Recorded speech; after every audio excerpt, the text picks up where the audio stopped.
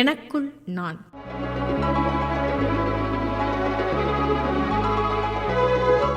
பண்பலை நேயர்கள் அனைவருக்கும் அன்பான வணக்கம். இது 102.3 விபத் பாரதி தமிழ் பண்பலை. மனங்களில் என்றென்றும் முழுமையான கொண்டாட்டம்.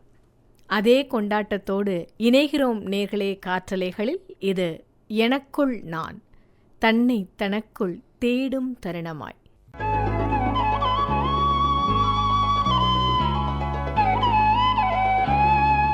தேடல் அப்படின்றதே ஒரு மிகப்பெரிய கலை அப்படின்னு சொல்லுவாங்க. ஆனால் யார் தேடுறோம், யாரை தேடுறோம், எதை தேடுறோம், எப்படி தேடுறோம் அப்படின்லாம் அந்த தேடலுக்குள்ளேயே நிறைய பிரிவுகள்லாம் இருக்குது. இந்த நிகழ்ச்சியை பொறுத்த அளவுக்கு எனக்குள் நான் அப்படின்றதுனால நம்மளை நாமளே உள்நோக்கி தேடக்கூடிய ஒரு நேரம் தான் இந்த எனக்குள் நான் அப்படின்ற ஒரு பகுதி இல்லையா? சரி, அப்படி தன்னை தனக்குள் தேடக்கூடிய அந்த நிலையில் இன்னைக்கு நம்மளோட இந்த நிகழ்ச்சியில் இணைந்திருக்கிறது யார்? பொதுவாக திரைப்படம் அப்படின்னு சொல்கிறது நமக்கான ஒரு பதிலி உலகத்தை கொடுக்கறது அப்படின்னு சொல்லுவாங்க. சப்ஸ்டியூட் அப்படின்றத நமக்கு கொடுக்குது அப்படின்னு சொல்லி அந்த திரைப்பட துறையில் எத்தனையோ ஜாம்பவான்கள் அப்படின்னு சொல்லலாம். அந்த திரைத்துறையில் நட்சத்திரங்களாக இருந்து அன்றும் இன்றும் என்றும் நம்மளுடைய மனங்களில் நீங்கா இடம் பிடித்த பலரில் ஒருவர் தான் இன்னைக்கு நம்மளோட இணைஞ்சிருக்கிறாங்க. யார் அப்படின்னு கேட்குறீங்களா? பொதுவாக நிறங்கள் அவங்களுடைய குணங்களை பிரதிபலிக்கும் அப்படின்னு சொல்லுவாங்க. இப்போ நிறங்கள்னு சொன்ன உடனே கொஞ்சம் ஓரளவு நீங்க யூகிச்சிருப்பீங்க. ஆமாங்க, வெண்ணிற ஆடை நிர்மலா. இதுதான். இந்த பேரை கேட்ட உடனே உங்களுக்குள்ள நிச்சயமா சித்திரமே நில்லடி அப்படின்னு சொல்ல தோணுதா? அந்த சித்திரம் இன்னைக்கு நம்மளோட ரொம்ப அழகா கோட்டோவியங்களா பேசுறதுக்கு தயாரா இருக்கிறாங்க. அதுவும் தன்னை தனக்குள் தேடி அதை நம்ம கிட்ட பகிர்ந்துக்கிறதுக்கு தயாரா இருக்காங்க. வாருங்கள் நேர்களே, நிகழ்ச்சிக்குள் போகலாம்.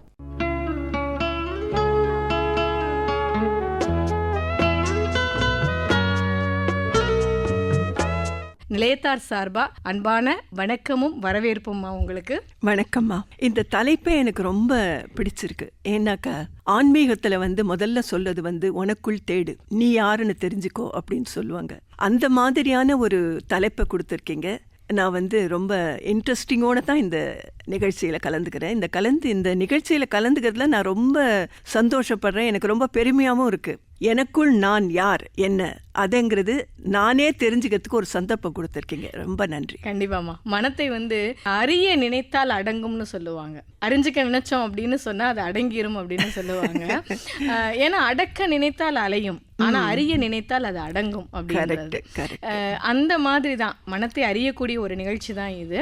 சரி, இப்போ எங்க இருந்து தொடங்கலாம் அப்படின்னு பார்க்கும்போது ஒருத்தவங்களுடைய பெயர் ஒரு தனி அடையாளத்தை கொடுக்கும்னு சொல்லுவாங்க. நிச்சயமா. ஊரும் பேரும் எவ்வளவு ஒரு முக்கியம் அப்படின்றது ஒருத்தர் பேரை சொன்ன உடனே ஓ இவங்களா அப்படின்ற எண்ணம் வரும்.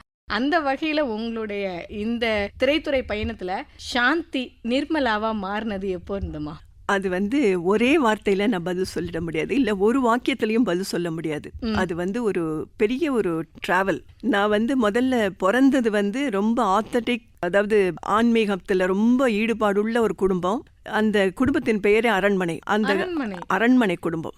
அந்த குடும்பத்தில் இருக்க லேடிஸ் வெளியில வரமாட்டாங்க, வெளியில இருக்கவங்க அவங்கள பார்க்கவும் முடியாது. அந்த மாதிரி ஒரு கட்டுப்பாடான ஒரு குடும்பம். சின்ன தம்பி படத்துல அந்த கதாநாயகி கேரக்டர் மாதிரி இருக்கு நீங்க சொல்றது. கும்பகோணத்துல அந்த அரண்மனை ஃபேமிலினால ரொம்ப எல்லாருக்குமே தெரியும் அந்த ஃபேமிலி எப்படிப்பட்டது அப்படின்ட்டு. அந்த குடும்பத்துல பிறந்தவ. எங்க அப்பா பாலகிருஷ்ணன் தஞ்சாவூர் கோர்ட்டுல ஜூரியா இருந்தார். அப்ப ஜூரி சிஸ்டம் இருந்தது. ஜூரி சிஸ்டம் அந்த காலகட்டத்தில் 40களில் ஜூரி சிஸ்டம் இருந்திருக்கு. அப்பா கும்பகோணத்துல இருந்து தஞ்சாவூருக்கு ட்ரெயின்ல டிராவல் பண்ணி போவாராம். அப்பா அவர் கூட டிராவல் பண்ணது வாசுதேவாச்சாரியருங்கிற ஒரு ரிசர்ச் ஸ்காலர். அவர் சரஸ்வதி மஹாலில் இருக்கிற மேனுஸ்கிரிப்ட் எல்லாம் புக் வடிவத்தில் கொண்டு வரதுக்காக அவர் அங்கே போய் அந்த இதெல்லாம் ரிசர்ச் பண்ணி இதெல்லாம் பண்ணிட்டு இருந்திருக்கார். அப்போ அப்பாவும் அவரும் ஒரே ட்ரெயினில் ட்ராவல் பண்ணி போகிறச்ச பரதநாட்டியத்தை பற்றி அவர் சொல்லியிருக்கார். உடனே அப்பா ராஜராஜ சோழன் தன் பொண்ணையே டான்ஸ் கற்றுக் கொடுத்துருக்கார். என் பொண்ணுக்கு நான் கற்றுக் கொடுப்பேன். முதல் ஸ்பார்க் அங்கிருந்து. ஆமாம் அப்படின்ட்டு. வீட்டில் குடும்பத்தில் அத்தனை பிரச்சனை. ஏன்னாக்கா நம்ம குடும்பத்தில் இருக்க பொண்ணு ஆடுறதாவது டான்ஸ் கற்றுக்கிறதாவது அப்படின்ட்டு. இருந்தாலும் அப்பா ஏன் இஷ்டம், என் பொண்ணு ஆடத்தான் வைப்பேன் அப்படின்ட்டு டான்ஸ் கற்றுக் கொடுத்தாரு. அப்போ இன்னொரு இன்ட்ரெஸ்டிங் நிகழ்ச்சி நடந்தது. அப்பா ஊரில் வந்து பெரிய மனுஷங்கிறதுனால ஊருக்கு வர்ற அஸ்ட்ராலஜர்ஸ் எல்லாம் அவரை வந்து பார்க்க வருவாங்க. அப்படி வந்த ஒரு அஸ்ட்ராலஜர் என்னுடைய ஜாதகத்தை பார்த்துட்டு, இந்த ஜாதகத்தினுடைய பொண்ணு 4 பேர் முன்னாடி ஆடி பழப்பா. கண்டிப்பா இது ஏத்துக்க மாட்டாங்க வீட்டுல. எங்க வீடு வந்து ரோடுலேருந்து ஒரு 4-5 படி ஏறினா தான் வீட்டுக்குள்ளே போக முடியும். அப்பா அங்கேருந்து அவரை கழுத்தை பிடிச்சு தள்ளி விட்டு உருண்டு போய் கீழே ரோட்ல விழுந்து, அந்த ஜோல்னா பை ஒரு சைடில், இன்னொரு கையில் வந்து அந்த வெத்தலை பெட்டியோ என்னமோ சம்திங் இருந்துட்டு, அவர் வந்து நீ என்னை கழிச்சை பிடிச்சு தள்ளினாலும் என்னை அடித்தாலும் நீ உன் பொண்ணு ஆடி சம்பாதிக்க தான் செய்வா. அதான் அவர் லாஸ்ட்டாக சொல்லிட்டு போனது. அதுக்கப்புறம் டான்ஸு கற்றுண்டாச்சு. இப்போ சென்னைக்கு வந்து ட்ரெஸ் தனியாக டான்ஸுக்குன்னு ஒரு பரதநாட்டியத்துக்குன்னு ஒரு ட்ரெஸ் இருக்கே, அது இங்கே இருக்கிற ஒரு பெரிய டெய்லர் கிட்ட தச்சு கொண்டு போய் ஊரில் அரங்கேற்றத்துக்கு இன்விடேஷன் எல்லாம் பிரிண்ட் பண்ணியிருந்தாங்க. அங்கே இருந்த ஒரு டெய்லர் என்ன பண்ணியிருக்காரு, அவருடைய கடையில் இந்த இன்விடேஷனை கொண்டு போய் வச்சிருக்காரு, அந்த ட்ரெஸ்ஸு அவருடைய கடைக்கு தெரிகிற மாதிரி. அப்பா அந்த வழியால் வண்டியில் போயிருந்தவர் பார்த்துட்டு கீழே இறங்கி போய், என் பொண்ணு ஃபோட்டோவை நீ எப்படி உன் கடையில் வச்ச அப்படின்னு சொல்லி இடிச்சு அவருக்கு அடித்தடி சண்டை இப்படி நடந்தது. அப்புறம் ஒரு ஸ்டேஜில் வந்து கும்பகோணத்துலேருந்து சென்னைக்கு டான்ஸ் ப்ரோக்ராம் பண்ணுறதுக்கு வந்தோம். அது அப்பா அம்மாவுடைய பர்மிஷனோட? இல்லை, அப்பா தான் பர்மிஷன், நான் தனியாக இல்லை. எனக்கு என்ன அப்போ சின்ன வயசு, ரொம்ப சின்ன வயசு. அப்பா தான் அழைச்சிட்டு வந்தார். இங்கே மியூசியம் தியேட்டர், அங்கே தான் ப்ரோக்ராம் நடந்தது. கூட்டமே கிடையாது. ஊர்லேருந்து சமையல் பண்ணி பரிமாறத்துக்கு வந்தவங்க 2-3 பேர், அவங்கன்னு சொல்லிட்டு அவங்களே ஒரு 4-5 பேர் இருக்காங்க. அது தவிர ஒரு சபா செக்ரட்டரி அவங்க தான் இருக்காங்க. கேதரிங்னு எதுவும் கிடையாது. அப்பாவுக்கு மனசே ஒடிஞ்சு போச்சு. அப்போ அந்த சபா செக்ரட்டரி சொல்லியிருக்கார், உங்கள் பொண்ணை சினிமாவில் ஆக்ட் பண்ண வச்சு அந்த ஃபேம் இருந்ததுன்னாக்கா கேதரிங் வந்துடும் டான்ஸ் ப்ரோக்ராம்க்கு அப்படின்ட்டு. உடனே அப்பா வந்து எனக்கு அரங்கேற்றத்துக்கு மேக்கப் போடுறதுக்கு நாராயணசாமின்னு ஒருத்தர் வந்தார். அவர் தான் பின்னாளில் எம்ஜிஆரை வச்சு தாழம்பூ படத்தை எல்லாம் ப்ரொடியூஸ் பண்ணார். அவருக்கு அப்பாவுடைய செல்வாக்கெல்லாம் பார்த்த உடனே அப்பா வச்சு ஒரு படம் எடுக்க வைக்கணும், ப்ரொடியூஸ் பண்ண வைக்கணும்னு அவருக்கு ஒரு ஐடியா. உடனே ஒரு படத்தை ஆரம்பிச்சு, அப்போ வந்து பன்றிபாய் அம்மா, மைனாவதி அவங்க ஆக்ட் பண்ண வேண்டியது, என்னுடைய டான்ஸ் 2 டான்ஸ் அதில் இருக்கும் அப்படின்னு பிளான் பண்ணி இவங்க ஆரம்பிச்சிட்டாங்க. அப்பாவுக்கு வந்து சின்ன வயசுலயே அப்பா அம்மா இறந்திருக்காங்க, அதாவது தாத்தா பாட்டி. ஸ்டெப் பிரதர், அதாவது முதல் தாரத்து பிள்ளை பெரியப்பா, அவர் தான் அப்பாவை வந்து முழுசா பார்த்து இது பண்ணியிருக்கார். அவர் எது சொன்னாலும் அதுக்கு மேல மறுவார்த்தை அப்பா பேச மாட்டார். சினிமா கம்பெனி ஆரம்பிச்சு படம் ஷூட்டிங் போற வரைக்கும் வந்தாச்சு. பெரியப்பா அங்கேருந்து வந்துட்டார். உடனே எல்லாம் பயன்பட்டு கும்பகோணத்துக்கு போயாச்சு. அப்போ அப்பாவுக்கு வந்து என் பொண்ணு எப்படியும் ஆடணும், அங்கே கேதரிங் வரும், அது ஒன்னே தான் அவருக்கு தெரியும். இது ஏன்னா சபா செக்ரட்டரி சொன்னது அந்த ஒரு வார்த்தை. ஆமா, இது வந்து ஃபெயில் ஆனாலும் அப்பா அதோட விடுற மாதிரி கிடையாது. மறுபடியும் இவங்க வைஜெயந்தி மாலா அவங்க கிட்ட செக்ரட்டரியா சூரிய நாராயண சர்மான்னு சொல்லிட்டு ஒரு சர்மா வேலை பண்ணிட்டு இருந்தார். அவர் கும்பகோணத்துக்காரர். அவர் வந்து இந்த மாதிரி உங்க பொண்ணை வந்து அவங்க கிட்ட டான்ஸ் கற்றுக்க வச்சிங்கன்னா அட்வான்ஸ்டாக டான்ஸ் கற்றுக்க முடியும் சொல்லிட்டு இருந்தார். அதுக்காக டான்ஸ் கற்றுக்கிறதுக்காக நாங்கள் சென்னை வந்திருந்தோம். அப்போ வைஜெயந்திக்கா வீட்டில் தான் கிளாஸ் நடக்கும். அங்கே வந்து தண்டாயுதபாணி தான் அவருடைய குரு. வைஜெயந்திக்காவுடைய குரு தண்டாயுதபாணி பிள்ளை தான் கற்றுக் கொடுப்பார். அவருடைய சிஷ்ய வந்து MS மாலத்தின்னு சொல்லிட்டு அந்த அம்மா தான் எனக்கு முழுக்க கிளாஸ் எடுப்பாங்க. அப்ப நீங்க அங்கேயே தங்கி? இல்ல நாங்க வெளியில இருந்தோம். கிளாஸ் வீட்ல வந்து கிளாஸுக்கு வரீங்க? அவங்க வீட்டுல கிளாஸ் நடக்கும், அதுக்கு போயிட்டு வருவேன்னா. அப்ப அந்த என் மாலசி டீச்சர் வந்து என்னை வந்து மோட்டிவேட் பண்ணுவாங்க. வந்து உனக்கு நல்ல ஸ்டாமினா இருக்கு, நீ ஆடினா ரொம்ப நல்லா இருக்கு, நீ வந்து தில்லானா மோகனாம்பாள் மாதிரி பேர் எடுக்கணும், தில்லானாவில் ஃபேமஸா வரணும் அப்படின்னு சொல்லி அவங்க மோட்டிவேட் பண்ணி என்னை ஆட வைப்பாங்க. அங்கே வந்து முதல்ல நான் இவர் புரட்சி தலைவர் எம்ஜிஆரை பார்த்தது கூட வைஜெயந்தி அக்கா வீட்டில். அதே மாதிரி இவங்க MV ராமன், அவர் வந்து ஹிந்தி தமிழ் படம்லாம் ப்ரொடியூஸ் பண்ணவர், அவரும் அங்கே வந்திருக்காரு.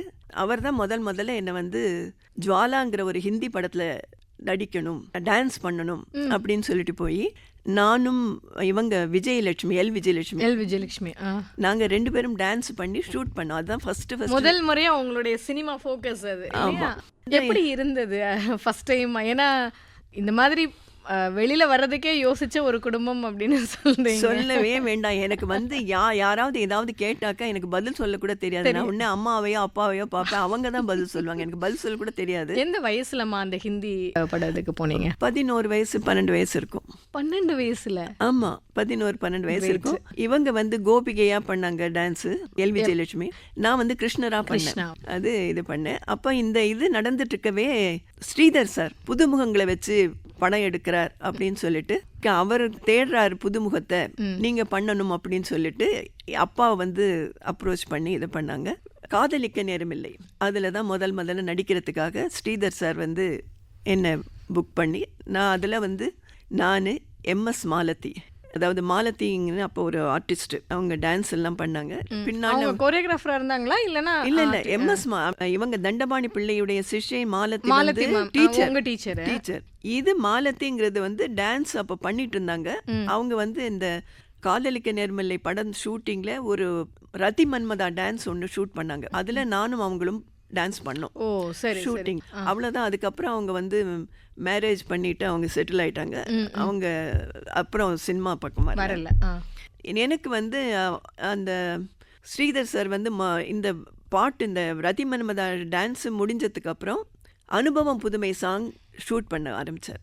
அந்த ஷூட் பண்ணப்போ அதில் வந்து கொஞ்சம் அந்த, அதாவது ஒருத்தரை லவ் பண்ணுற மாதிரி ஒரு ஃபீல் கொடுக்கணும். I was too young.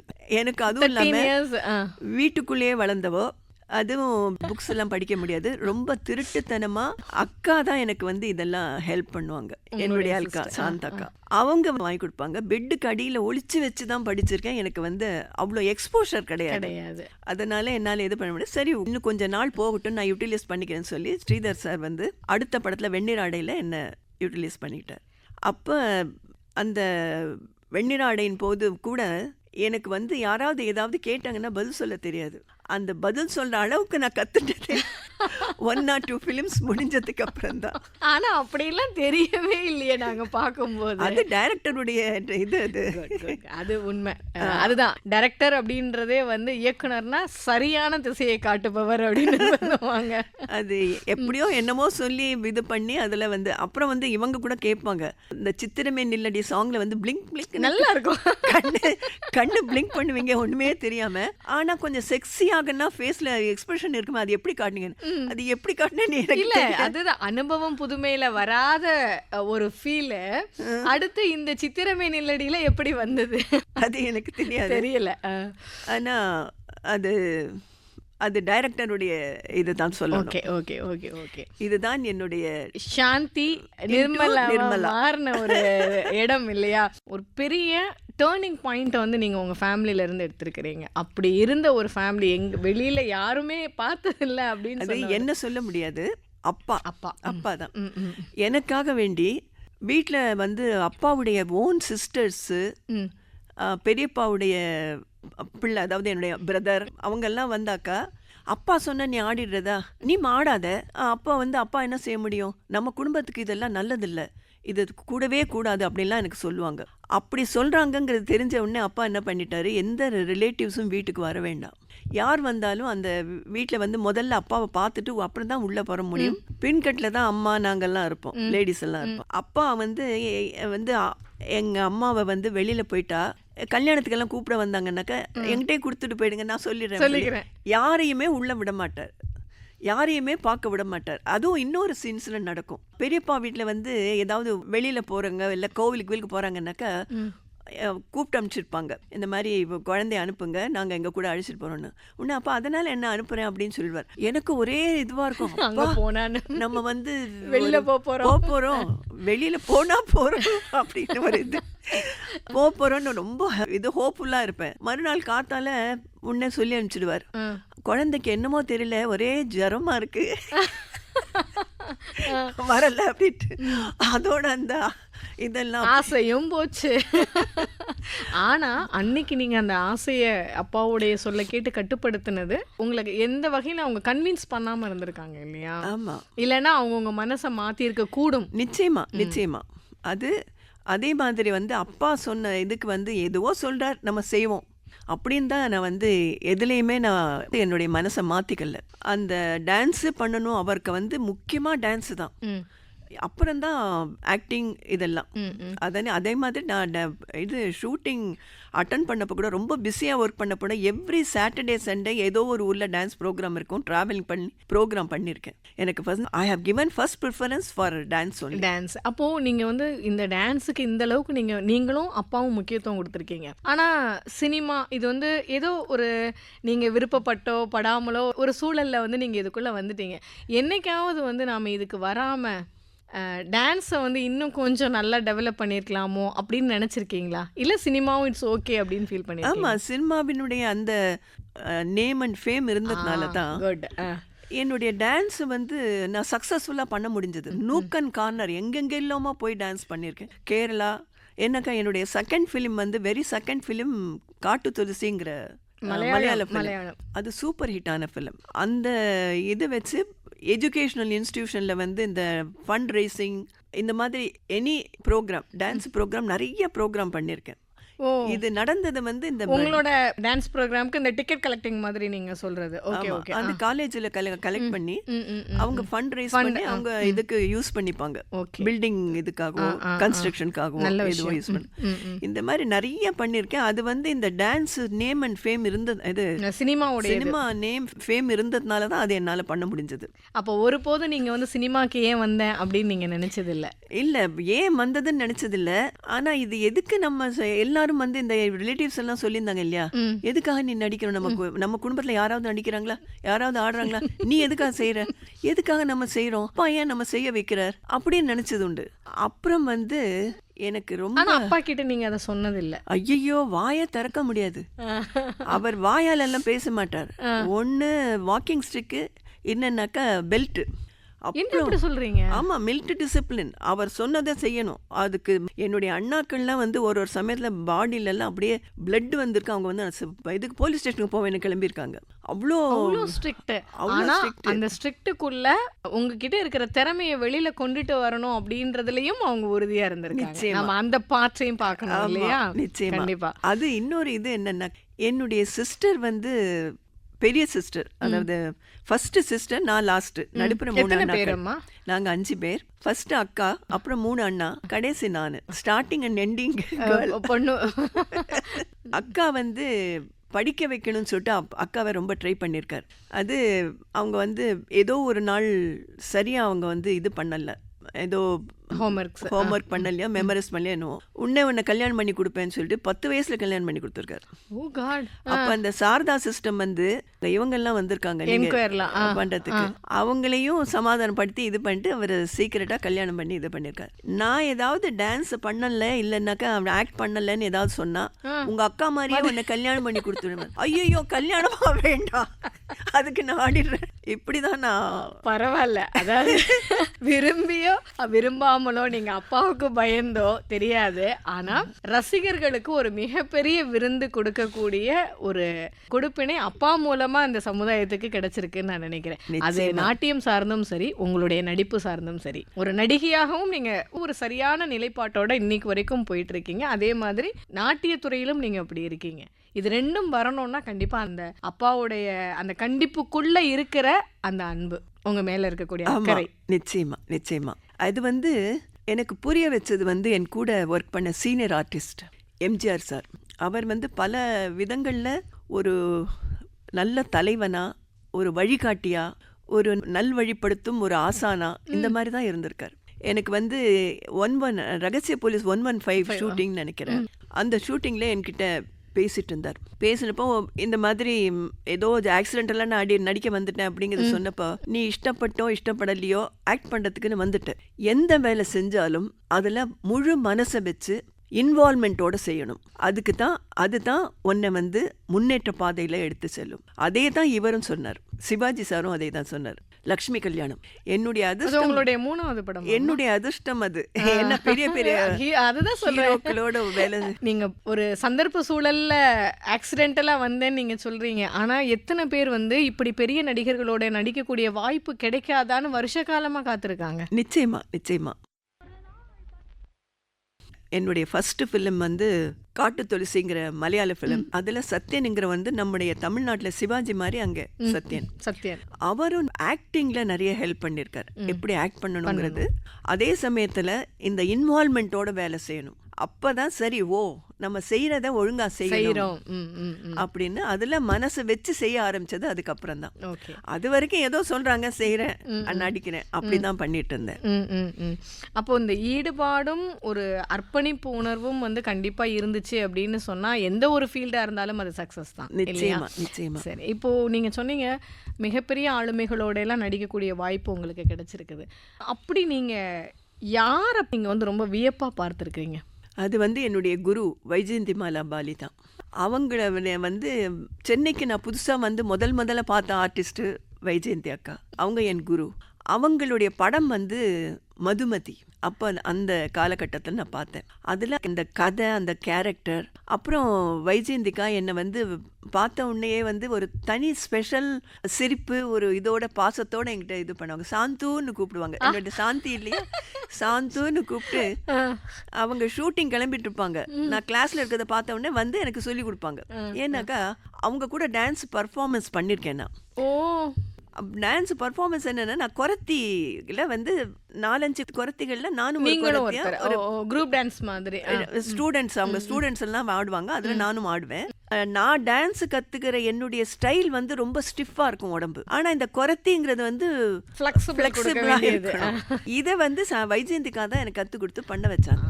அந்த அடவுகளை கரெக்டா கொடுக்கணும். அந்த மூமெண்ட்ஸ் வந்து ஃப்ளெக்சிபிளா எப்படி, அந்த குறத்துக்கு எப்படி பண்ணணும் அப்படிங்கிறது. இது எனக்கு கத்து கொடுத்துட்டு இருக்கப்போ அவங்க பாட்டி எதுகுரி அம்மா வந்து கூப்பிடுவாங்க. பாப்பா உனக்கு லேட் ஆயிடுத்து, ஷூட்டிங் போ, கிளம்பு. அவங்கள வைஜெயந்தி அம்மாவை. ஆனா அவங்க எனக்கு கத்து கொடுத்துட்டு இருப்பாங்களே தவிர கிளம்ப மாட்டாங்க. அந்த மாதிரி அவங்க பேர்ல ஒரு அந்த ஒரு ஆசை. முதல்ல பார்த்த ஆர்டிஸ்ட் அவங்க படம் மதுமதி பார்த்தது. என்னுடைய முதல் மலையாள படம் வந்து அந்த மதுமதியினுடைய அதே மாதிரியான கேரக்டர் தான். அது உங்களுக்கு அமைஞ்சிருக்குது. அது வந்து இந்த மதுமதியை பார்த்து அது அவ்வளோ ஆசைப்பட்டது. அதே மாதிரி ஒரு கேரக்டர் வந்த உடனே அந்த படத்துல வந்து இவர் வேற, சத்யன் சார் வேற எனக்கு ஹெல்ப் பண்ணிருக்காங்க. ஃபர்ஸ்ட் படமே சூப்பர் ஹிட். சூப்பர்மா, யாருக்கு கிடைக்கும் இப்படி ஒரு வாய்ப்பு? நிச்சயமா, நிச்சயமா. அது வந்து இது நான் எதுக்கு ஒரு விஷயத்தை நான் சொல்லணும். நான் முதல்லயே சொன்ன மாதிரி ஒரு சமயத்துல எனக்கு வந்து இவர் எம்ஜிஆர் சார் தான் எனக்கு வந்து நிறைய ஒரு ஆசானா இருந்து எனக்கு வழிகாட்டியா இருந்திருக்கார். ஆக்சிடென்ட்ல வந்து என்னுடைய 3rd பிரதர், எனக்கு ரொம்ப க்ளோஸாக இருந்த பிரதர். அதாவது அப்பா ரொம்ப மிலிட்டரி டிசிப்ளினா, எதுவுமே அங்கே பேச முடியாது. இது வீட்டில் வந்து என்ன கொடுக்குறாங்களோ அதுதான் சாப்பிடணும். அதுவும் அவர் வந்து அந்த சாப்பாடெல்லாம் வந்து ரொம்ப மெடிசனல் வேல்யூ உள்ள சாப்பாடாக இருக்கும். உணவே மருந்து அன்னைக்கே கொடுத்துருக்குறாங்க.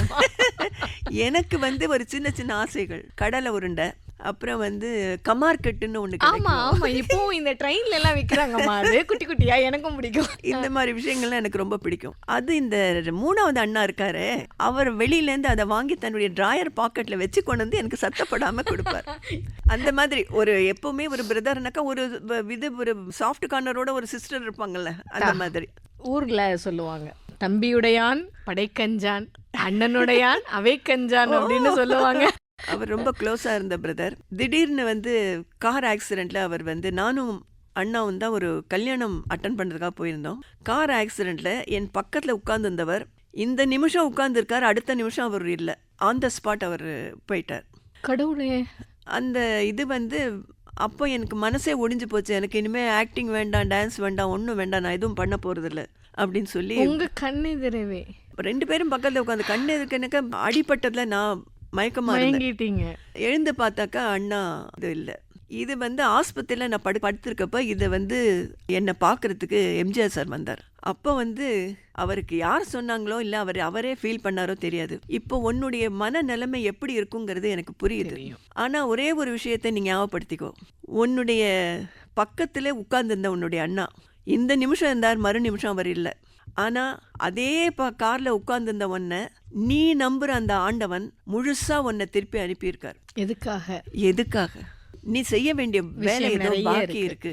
ஆண்டவன் வந்து ஒரு நியதி இருக்கு. ஆண்டவன் கொடுத்த இதை வந்து வேலையை செய்யணுங்கிற ஒரு நியதி இருக்கு. அந்த நியதை யாராலும் மாற முடியாது. நீ வந்து அதை முடிக்காம தப்பிக்க முடியாது. அதுக்காக வேண்டி நீ கண்டினியூ பண்ணுவன் வேலையை. பெரிய விஷயமா. மகாத்மா காந்தி சொல்லுவாங்களாம், இறைவன் ஒரு கணக்கு புத்தகம் வைத்திருக்கிறார், அந்த கணக்கு முடியும் வரை யாரும் இந்த உலகத்தை விட்டு போக முடியாது அப்படின்னு சொல்லி அண்ணல் காந்தியடிகளுடைய கொட்டேஷனா எங்கேயோ படிச்சது. இப்போ நீங்க எம்ஜிஆர் சார் சொன்னாங்கன்னு சொல்லும்போது அவர் இன்னொன்னு சொன்னார், உலகத்துல வர்ற ஒவ்வொருத்தரும் விருந்தாளியா வர்றோம், ஒரு நாள் திரும்பி போய் தான் ஆகணும், இங்கேயே யாரும் இருக்க முடியாது. அவர் போயிட்டாருங்கிறதுக்காக வேண்டி நீ செய்ய வந்த வேலையெல்லாம் விட்டுட்டேன்னாக்கா அதோட அது முடியாது, உனக்கு ஏதோ பாக்கி இருக்கு, அது நீ செஞ்சு முடிக்கணும். சரியான நேரத்தில் இப்படி ஒரு ஆற்றுப்படுத்துதல் கிடைக்கிறது வந்து பெரிய விஷயமா. அது எப்பேற்பட்ட ஆள்கிட்ட இருந்து உங்களுக்கு இல்ல, அவருடைய உயரம் அப்படின்றது திரைத்துறையில ரொம்ப பெரிய ஒரு இடம். அவர் வந்து உங்ககிட்ட சொல்லணும்ன்ற அவசியமே அந்த இடத்துல இல்ல.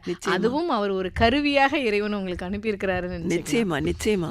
அதுவும் அவர் எப்படி சொன்னாரு, நீ நம்புற கடவுள், அந்த வார்த்தை அந்த இடத்துல ரொம்ப முக்கியம் இல்லையா. அந்த கடவுளை கனெக்ட் பண்ணி அவர் சொன்னது அந்த விதம் எனக்கு வந்து ரொம்ப பிடிச்சிருந்தது. இது உடனே எனக்கு வந்து அது மனசை மாத்திக்க முடிஞ்சது.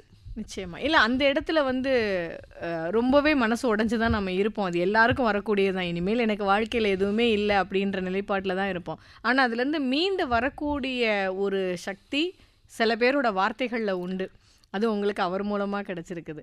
பரவாயில்ல, அன்னைக்கு அவர் சொன்னதுனால தானே நீங்கள் தொடர்ந்து உங்களுடைய அந்த திரைத்துறை பயணத்தை கொண்டு வந்திருக்கீங்க. நிச்சயமா. ஏன்னா வீடுமே உங்கள் மனநிலையில் தானே குடும்பத்தில் எல்லாருமே இருந்திருப்பாங்க. நிச்சயமா. ஒரு இழப்பு அப்படி யாருமே எதிர்பார்க்காத இழப்பு. அப்போ நீங்க வியந்த மனிதர்கள் அப்படின்னு பார்க்கும்போது நிச்சயமா வைஜெயந்தி அம்மாவும் எம்ஜிஆர் சாரையும் நீங்க சொல்றீங்க. ஆமா, எம்ஜிஆர் சாருங்கிறது வந்து எல்லா இடங்கள்லையும் எனக்கு வந்து ஒரு சொன்னேன்னு ஒரு தலைவனா, ஒரு தோழனா, ஒரு ஆசானாக, வழிகாட்டியா, எல்லா விதத்திலயும் எனக்கு யாதுமாக இருக்கிறார் அவர். நிச்சயமா நிச்சயமா. வைஜெயந்திகா வந்து என்னுடைய ரோல் மாடல்னு சொல்லணும். ஏன்னா பாருங்க, இன்னைக்கு வரைக்கும் அவங்க ஆடிட்டு இருக்காங்க. 91 years ஆறுது. அவங்க வந்து இந்த இது மார்கழி சீசன்ல கூட அவங்க ஆடி இருக்காங்க. அதெல்லாம் அவங்களுடைய ஒரு தன்னம்பிக்கை. தன்னம்பிக்கை மட்டும் சொல்ல முடியாது, அதுக்கேத்த பாடி அவங்க வச்சிருக்காங்க பாருங்க. பாடி வெயிட் போடல, இது பண்ணல. அதுவும் இல்லாம அவங்கள பார்த்து நான் வந்து இன்னைக்கு வரைக்கும் நான் அட்மையர் பண்றது அதுதான். டான்ஸுக்கு முக்கியத்துவம் கொடுப்பாங்க அவங்களும். அதை பார்த்து தான் நான் இந்த மாதிரி செய்ய ஆரம்பிச்சேன். ஆக்டிங் வந்து செகண்டரி தான் அவங்களுக்கு. டான்ஸ் ப்ரோக்ராம் தான் ஃபர்ஸ்ட் ப்ரிஃபரன்ஸ் கொடுப்பாங்க. அம்மா, ஒரு படைப்பாளருக்கு பொதுவாக விமர்சனங்கள் அப்படின்றது வந்து தவிர்க்க முடியாத ஒன்று தான் இல்லையா. அது எந்த ஒரு கலைஞருக்குமே வந்து சமூகத்தில் இருந்து நிறைய விமர்சனங்கள் வரும். அது நேர்மறை விமர்சனங்களாகவும் இருக்கலாம், எதிர்மறை விமர்சனங்களாகவும் இருக்கலாம். உங்களுடைய பார்வையில் விமர்சனங்களை நீங்கள் எப்படி பார்க்குறீங்க? அது திரைத்துறையிலையும் சரி, உங்களுடைய மற்ற கலைத்துறையிலையும் சரி, எப்படி பார்க்குறீங்க? எனக்கு கொஞ்ச நாள் முன்னாடி ஒரு ஆப்பர்ச்சுனிட்டி கிடைச்சது. அதாவது சிதம்பரம் நடராஜர் கோயிலில் நாட்டியாஞ்சலிங்கிறது வந்து ஒருத்தருக்கு வந்து 1/2 hour கொடுப்பாங்க. எனக்கு வந்து முழுசாக 3 மணி நேரம் கொடுத்து நீங்கள் வந்து பண்ணுங்க அப்படின்னு சொன்னாங்க. அப்போ உடனே எனக்கு வந்து 3 மணி நேரம் கிடைச்சதுன்னு சொன்ன கிடைக்க முடியாத ஒரு விஷயம் நடராஜர் கோவிலில். உடனே வந்து என்னுடைய ஸ்டூடெண்ட்ஸ் எல்லாம் வச்சு ஓம் நமச்சிவாய்ன்னு சொல்லிட்டு ஒரு டான்ஸ் ட்ராமா மாதிரி நிறைய இதெல்லாம் வச்சு பண்ணேன். அதே மாதிரி இதில் இஸ்கானில் எனக்கு வந்து ஒரு ஸ்லாட் கொடுத்தாங்க, பெரிய ஸ்லாட். நீங்கள் வந்து இது பண்ண சொல்லி உடனே வந்து ராதையின் கண்ணன் அப்படின்னு சொல்லிட்டு ராதையின் கண்ணனுடைய அந்த பாட்டுகள் எல்லாம் கம்பைல் பண்ணி அங்கே ப்ரோக்ராம் பண்ணேன். ஏதோ இன்னொரு கோவில், முக்கியமான கோவில் தென்காசி, இங்க குற்றாலம் தென்காசி காசி விஸ்வநாதர் கோவில், அங்கே டான்ஸ் ப்ரோக்ராம் பண்ணக்கூடிய ஒரு சந்தர்ப்பம். அதையும் பண்ணேன். அப்போ வந்து நிறைய பேர் வந்து இது பண்ணாங்க, 40 வயசானா எங்களால் மாடிப்படி ஏற முடியல, நிற்க கூட முடியல, நீங்க இந்த வயசுல ஆடுறீங்களே, உண்மைதானம்மா அப்படின்ட்டு. இன்னொன்னு என்னன்னாக்கா, சில பேர் என்னன்னா, இத்தனை வருஷமா ஆடினது பாடினது போறாதா, இன்னும் ஆடணுமா உங்களுக்கு, நீங்க பேசாம ரெஸ்ட் எடுத்துட்டு இது பண்ண வேண்டியதானே, ஜாலியா இருக்க வேண்டியதானே. இதுல ஜாலியா இருக்கிறது என்ன இருக்கு? அந்த ஆடுறதுதான் எனக்கு அதுதான் ஜாலி, அதுதான் நமக்கான ஒரு பெரிய டானிக். அது இதுதான் நான் வந்து இதே மாதிரி தானே வைஜெயந்திகாவும் எத்தனை பேர் சொல்லிருப்பாங்க. இருந்தாலும் அவங்க இன்னைக்கு வரைக்கும் அவங்க ஆடிட்டு இருக்காங்க. அவங்க என்னுடைய ரோல் மாடல். அவங்கள வந்து எந்த விதத்திலையும் என்னால வந்து வேற விதமா நினைக்க முடியாது. அதே மாதிரி உடம்பு, அந்த ஆடுறதுக்கு உண்டான அந்த உடம்பு இன்னைக்கு வரைக்கும் வச்சுட்டு இருக்காங்க பாருங்க, வெயிட் எல்லாம் போடாம. எல்லாமே டான்ஸாக இருக்கட்டும், சினிமாவாக இருக்கட்டும், ஒரு மாதிரி நீங்கள் விருப்பப்பட்டீங்களோ இல்லையோ இயற்கை உங்கள்கிட்ட கொண்டு வந்து விட்டுருச்சு. ஆனால் வாழ்க்கையில் எந்த ஒரு விஷயத்துக்காக நீங்கள் ரொம்ப நாள் காத்திருந்திருக்கீங்க? ஏதோ ஒன்று இருக்கு. அது சொல்லணும்னாக்கா, எம்ஜிஆர் சார் வந்து சிவகாமியின் சபதம், அப்புறம் வந்து பொன்னியின் செல்வன், அந்த 2 கதையும் படி, அந்த கதையை படம் எடுக்கிறதா இருக்கும், அதில் நீ வேலை செய்கிற அப்படின்னு சொல்லியிருந்தார். எனக்கு ஆரம்பத்துலேருந்து நான் சொன்ன மாதிரி என்னுடைய டான்ஸ் டீச்சர் மாலதி டீச்சர் வந்து நீ தில்லானா மோகனம்பாள் மாதிரி சொல்லியிருக்காங்களே அப்படி சொல்லியிருந்ததுனால ஃபுல் ஃப்ளெட்ஜ்டு டான்ஸ் ரோல் ஒரு படத்தில் பண்ணணும்னு எனக்கு ரொம்ப ஆசை. இது சொன்ன உடனே எனக்கு ராத்திரியெல்லாம் தூக்கம் வராது. அந்த கதையெல்லாம் படித்து பார்த்துட்டு அந்த கேரக்டர் அதெல்லாம் நினச்சி இது எப்போ ஸ்டார்ட் பண்ணுவாங்க, எப்படி பண்ண போகிறோம், எப்போன்னு காத்திருந்தேன். ஆனால் அது என்னமோ ஒரு பல சூழ்நிலைகள் காரணமாக அது எடுக்க முடியல. அப்புறம் வந்து கொனார்க் டான்ஸ் ஃபெஸ்டிவல், அது வந்து அதில் போய் ஆடணுங்கிறது என்னுடைய ரொம்ப நாள் ஒரு கனவா இருந்தீங்க. அதையும் கடைசி வரைக்கும் என்னால் செய்ய முடியும். கடைசி வரைக்கும் அப்படிலாம் இல்லைம்மா, இன்னும் நமக்கு இருக்கு. அதாவது எதுவுமே வந்து இன்னும் நமக்கு முடியல, இன்னும் நமக்கு நாட்கள் இருக்கு. இது நான் எல்லாருக்கும் சொல்றது. ஏன்னாக்கா நிறைய வந்து வயசானவங்களுக்கு வந்து மோட்டிவேஷனே இல்லாம போறது. வீட்டில் இருக்கிறவங்களே அவங்கள வந்து இது பண்ணிடுறாங்க. எனக்கு தெரிஞ்ச என்னுடைய கோஸ்டார் ஒருத்தவங்க, அவங்களால நடக்க முடியல நிக்க முடியலங்கிற ஒரு ஸ்டேஜ், நான் டாக்டர்கிட்ட அழைச்சின்னு போய் அவங்களுக்கு இந்த ட்ரீட்மெண்ட் எல்லாம் கொடுத்து எடுத்துக்கிட்டிங்கன்னா உங்களால நார்மலா நடக்க முடியும் அப்படின்லாம் சொல்லி எல்லாம் பண்ணிட்டேன். ஆனா அவங்க வீட்டில் இருக்கிறவங்க உடனே என்ன நிர்மலா மாதிரி நீ என்ன ஸ்டேஜ்ல போய் ஆட போறியா, மேக்கப் போட போறியா, அவங்கள அப்படியே அது பின்னோக்கி தள்ளிடும் இல்லையா. அதே மாதிரி அவங்கள வந்து நீ போன வெளியில் எங்கேயாவது ஃபங்க்ஷனுக்கு கூப்பிட்டாங்க அப்படின்னாக்கா வரமாட்டாங்க. ஏன்னாக்கா நீ போனேன்னாக்கா கீழே விழுந்துடுவ, இடுப்பு உடஞ்சிடும். இடுப்பு உடஞ்சி போச்சுன்னா ஆஸ்பத்திரியில் நீ பெட்ரிடனாக இருப்ப, நான் தான் உன்னை வந்து பக்கத்தில் இருந்து பார்த்துக்கணும்.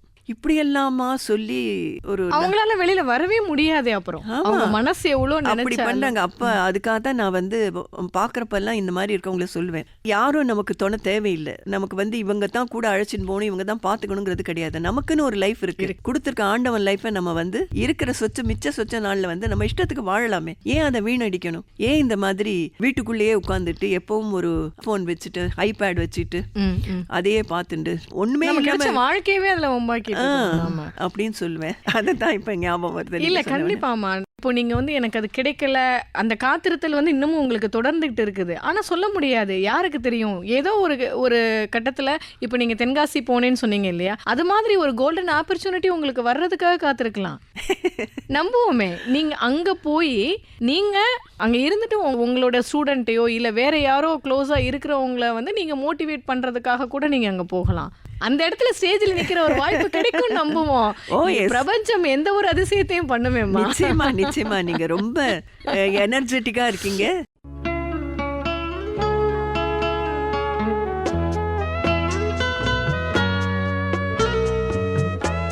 இணைந்திருக்கிறோம் நேர்களே, இது 102.3 விவத் பாரதி தமிழ் பண்பலை. மனங்களில் என்றென்றும் முழுமையான கொண்டாட்டம் வானலைகளில் வலம் வந்து கொண்டிருக்கிறது.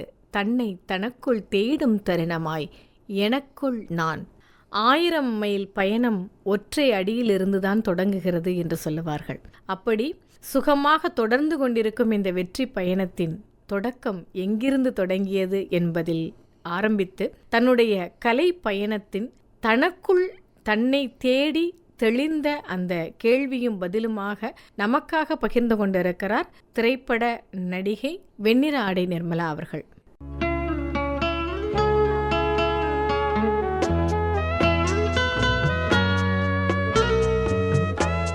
இப்போ நீங்க சொன்னீங்க இந்த தென்காசி சம்பவம் சொல்லும்போது வந்து 2 விதமான விமர்சனம். இந்த வயசுலயும் நீங்க இப்படி 40 வயசுல எங்களால முடியல, பட் இப்போ நீங்க வந்து ஆக்டிவா இருக்கிறீங்கன்னு சொன்ன ஒரு பாட்டு, இன்னொரு பாட்டு ஏம்மா நீங்க வீட்டுல சும்மா இருக்கிறது அப்படின்னு சொன்ன விமர்சனம் எப்படினாலும் வரும்.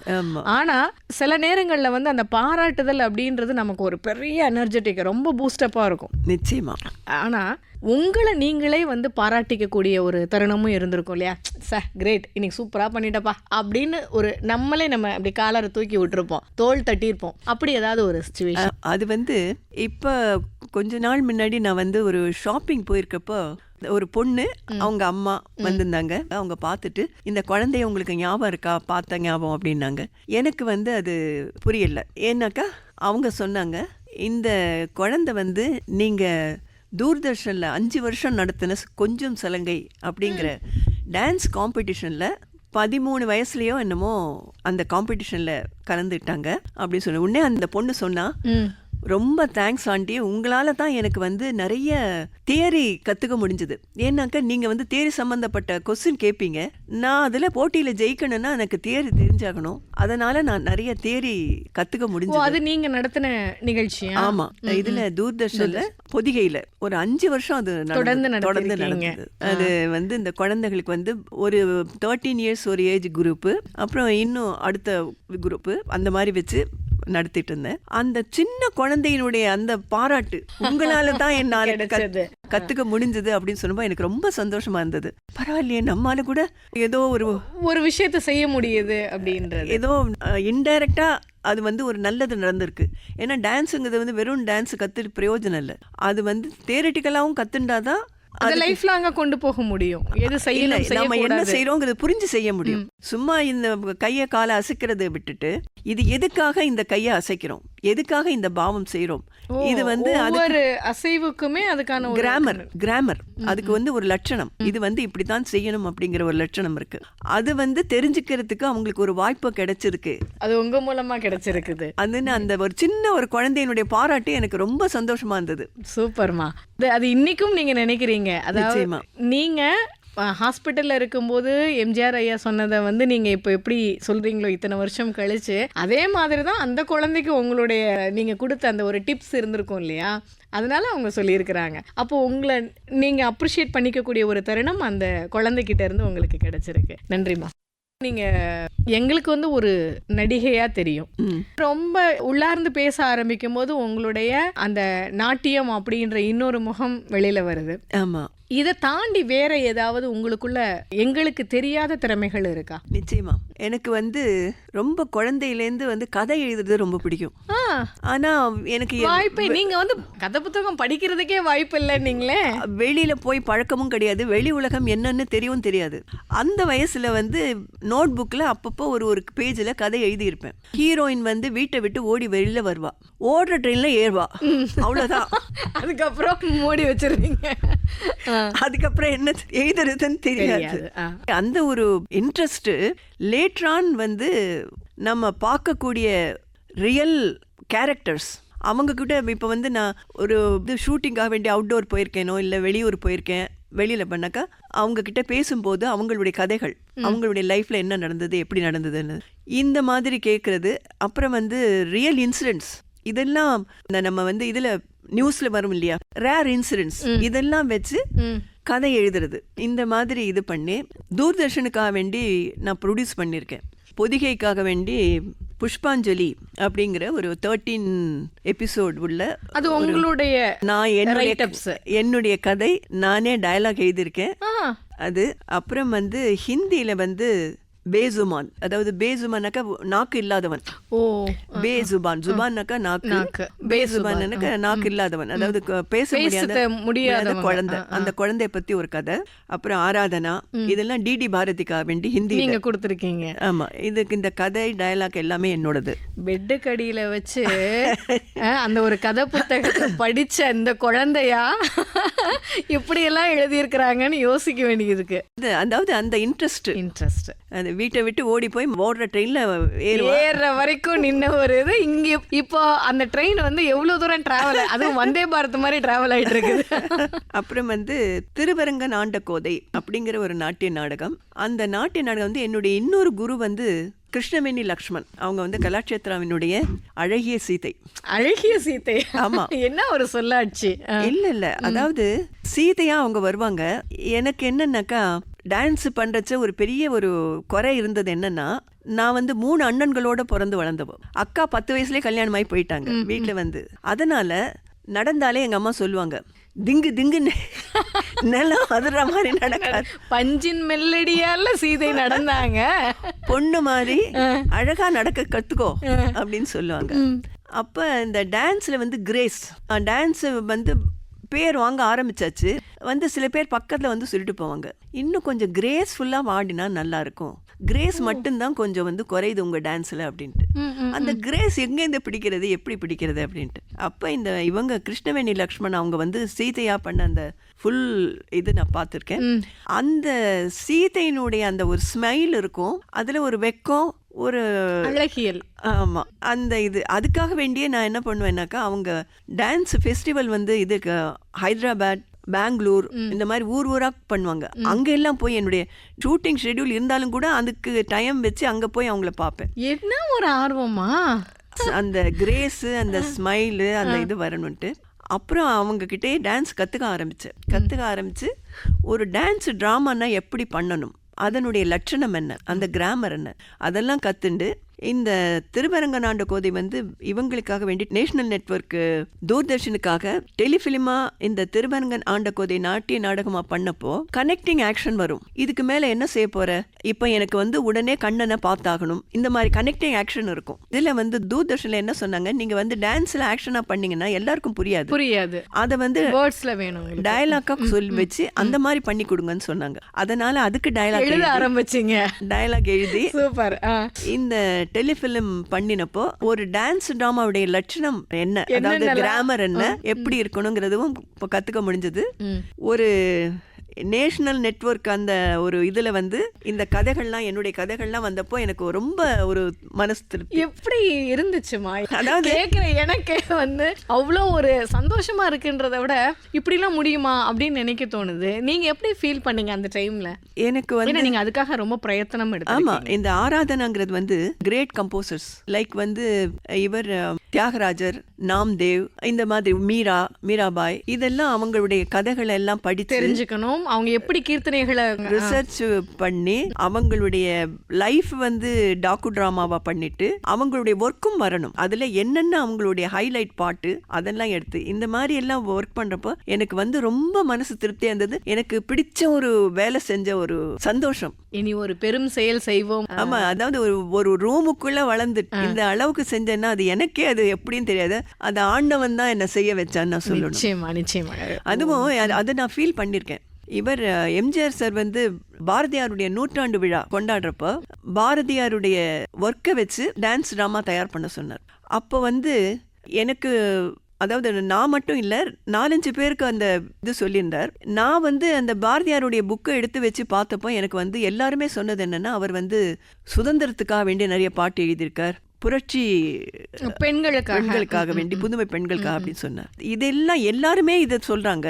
இது தவிர வேற என்ன செய்ய முடியும் அவருடைய ஒர்க் வச்சு அப்படின்னு சொன்னப்போ, புக்கை இப்படி திறந்தா போறோம், ஏதோ ஒரு இது வந்திருக்கும், அந்த பாட்டை எடுத்து வச்சாக்கா இது இப்படி யூஸ் பண்ணலாமேன்னு எனக்கு தோணும். அப்ப அந்த பாரதியாரே எனக்கு வந்து அறிவுறுத்தின மாதிரியான ஒரு விஷயம் தோண வைக்கிறாரு இருக்கும்.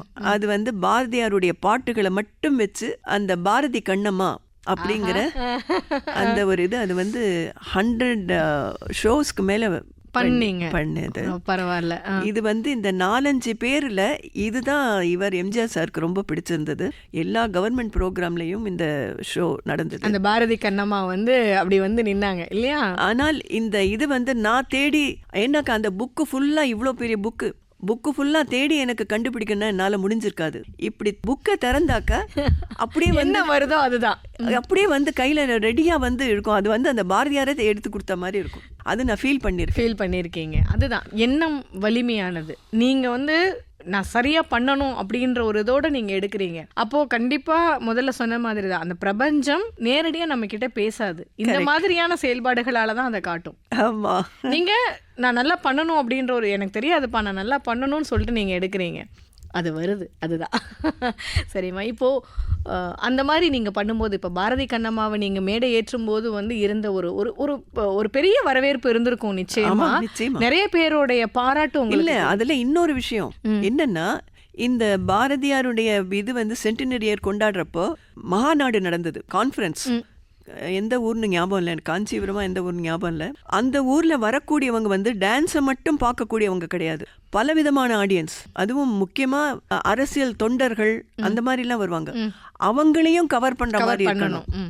அந்த மாதிரி அது ஒரு சாமானியனுக்கும் போய் சேர வேண்டிய ஒரு விஷயம், அது ஒரு செய்தி அது. ஆமா, அப்படி இது பண்ணணுங்கிறதுக்காக அதுல வந்து மாரியம்மனுடைய சாங் இருந்தது. அதை வந்து கையில வந்து அந்த தீச்சட்டி, கையில தீச்சட்டி வச்சு வேப்பில வச்சு அந்த மாரியம்மன் இது பாட்டு இது பண்ண அந்த எல்லா மக்களும் வந்து ஆட ஆரம்பிச்சிருவாங்க. அவங்க ரசிக்க முடிஞ்சது.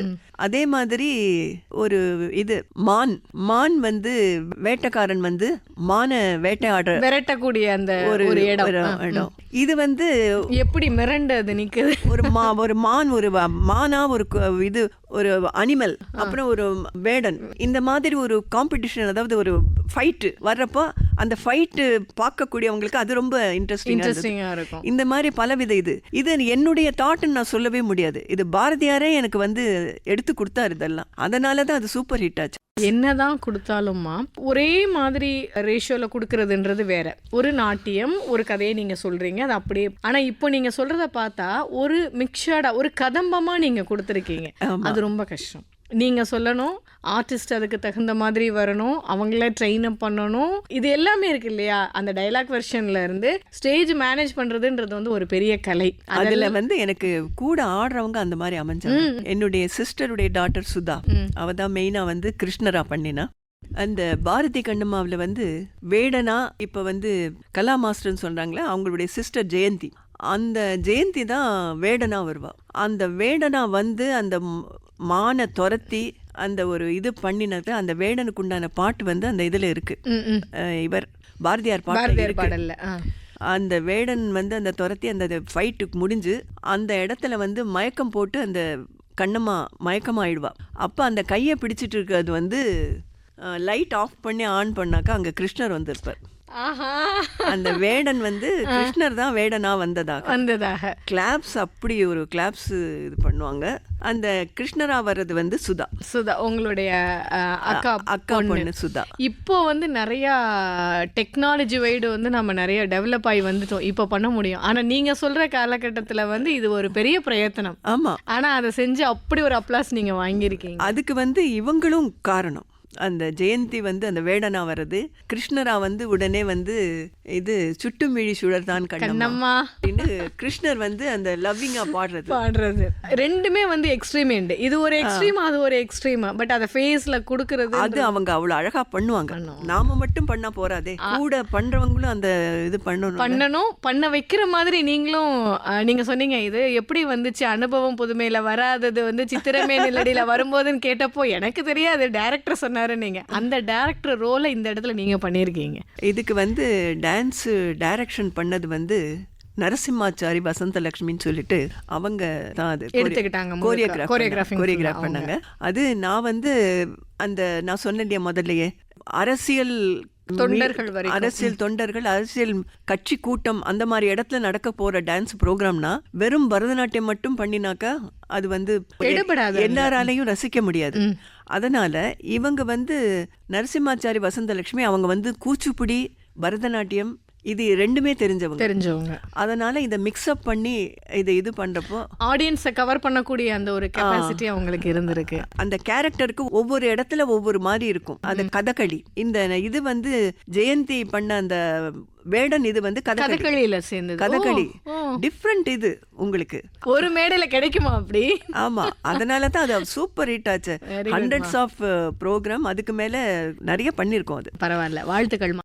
நான் வாழ்த்துக்கள் அப்படின்னு ஒரே ஒரு வார்த்தையில் நான் சொல்லி முடிச்சிடுறேன். ஆனால் அந்த காலகட்டத்தில் வந்து பார்த்தீங்க, அன்னைக்கும் சரி இன்னைக்கும் சரி உங்களுக்கு நிறைய பேர்கிட்ட இருந்து நிறைய பாராட்டுகள் வந்து உங்களுக்கு கிடைச்சிருக்கும். யாருடைய பாராட்டை இப்போ நினைச்சாலும் வந்து ஒரு பெரிய எத்தனையோ நீங்கள் விருதுகளுக்கு சொந்தக்காரங்களா இருக்கீங்க, தேசிய மாநில விருதுகளுக்கு. ஆனால் அதையெல்லாம் தாண்டி இந்த பாராட்டு தான் எனக்கு ஒரு மிகப்பெரிய விருதுன்னு சொன்னால் யாருடைய பாராட்டை சொல்லுவீங்க?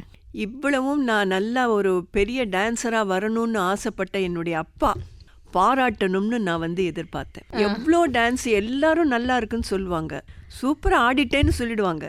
ஆனால் அப்பா மட்டும் பண்ண பரவாயில்ல, ஆனால் இன்னும் நீ உழைக்கணும், அதுக்காக ஒரு திருப்தியே சில இதுல திருப்தி படக்கூடாதுமா. அப்போதான் இன்னும் மேல மேலன்னு போதும்னு நினைச்சு உட்கார்ந்துட்டோம்னா அடுத்த ஸ்டெப்புக்கு நம்ம நல்லா பண்ணிட்டோம் அப்படின்னு வந்துருச்சுன்னா சாப்பாடு தவிர சாப்பாடு மட்டும்தான் போதும் அப்படின்னு சொல்லி நாம ஸ்டாப் பண்ணிக்கிறது. நிறைஞ்சாலும் நிறையல இன்னைக்கு இருக்கிற காலகட்டத்தில் குறையா இருக்கும் போதே போதும்னு நினைக்கிறது தான் நல்லதா இருக்குது. ஆனா மத்த விஷயத்துல அப்படி வரக்கூடாதுதான். அதனால அப்பா அப்படி இருந்தது சரியோ? அது எனக்கு ஒரு பெரிய குறை. எல்லாரும் சொல்றாங்களே, ஒரு வார்த்தை ஆனா ஒரு இடத்துல கூட அப்பா சொன்னது இல்லையா? நீ நல்லா பண்ண, சூப்பரா பண்ணன்னு சொன்னதே கிடையாது. இன்னும் வழக்கணும். ஆனா மனசுக்குள்ள கண்டிப்பா சொல்லி இருந்திருப்பாங்க. இருந்திருக்கும்.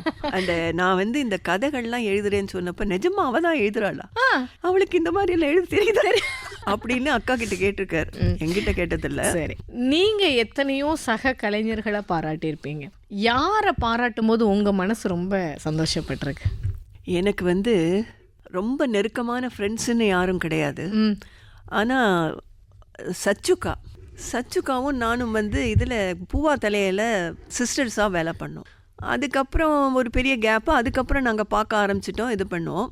ஏதாவது ஒரு இன்டர்வியூ கொடுக்கணுமோ இல்லை ஏதாவது ஒரு ஃபங்க்ஷன் அட்டன் பண்ணுமோ ஃபோன் பண்ணி சொல்லுவாங்க, ஏய் நீ அந்த ஃபங்க்ஷன் பாரு, அப்படி சொல்லியிருக்காங்க, நீ போய் பார்த்து பண்ணிட்டு வந்துடு அப்படின்னு சொல்லுவாங்க. அதாவது ஒரு பிக் பிரதர் மாதிரி, ஒரு சிஸ்டர். உங்க சாந்தா அக்காவா உங்களுடைய ஓன் சிஸ்டர்? ஆமா, அவங்க செய்யாத வேலையை அவங்க செஞ்சுட்டு இருக்காங்க. இவங்க சச்சு அக்கா என்ன நீ செய்றியான்னு கேட்க மாட்டாங்க, போய் போய் செஞ்சிருவாப்போ. அதுக்கு ஒரு உரிமை இருக்கணும். ஆமா, நிச்சயமா.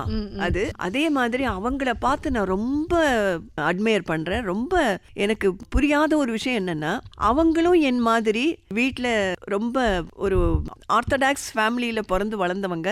பாட்டி அம்மா அவங்கெல்லாம் தான் பார்த்து எல்லாம் செஞ்சுட்டு இருந்திருக்காங்க.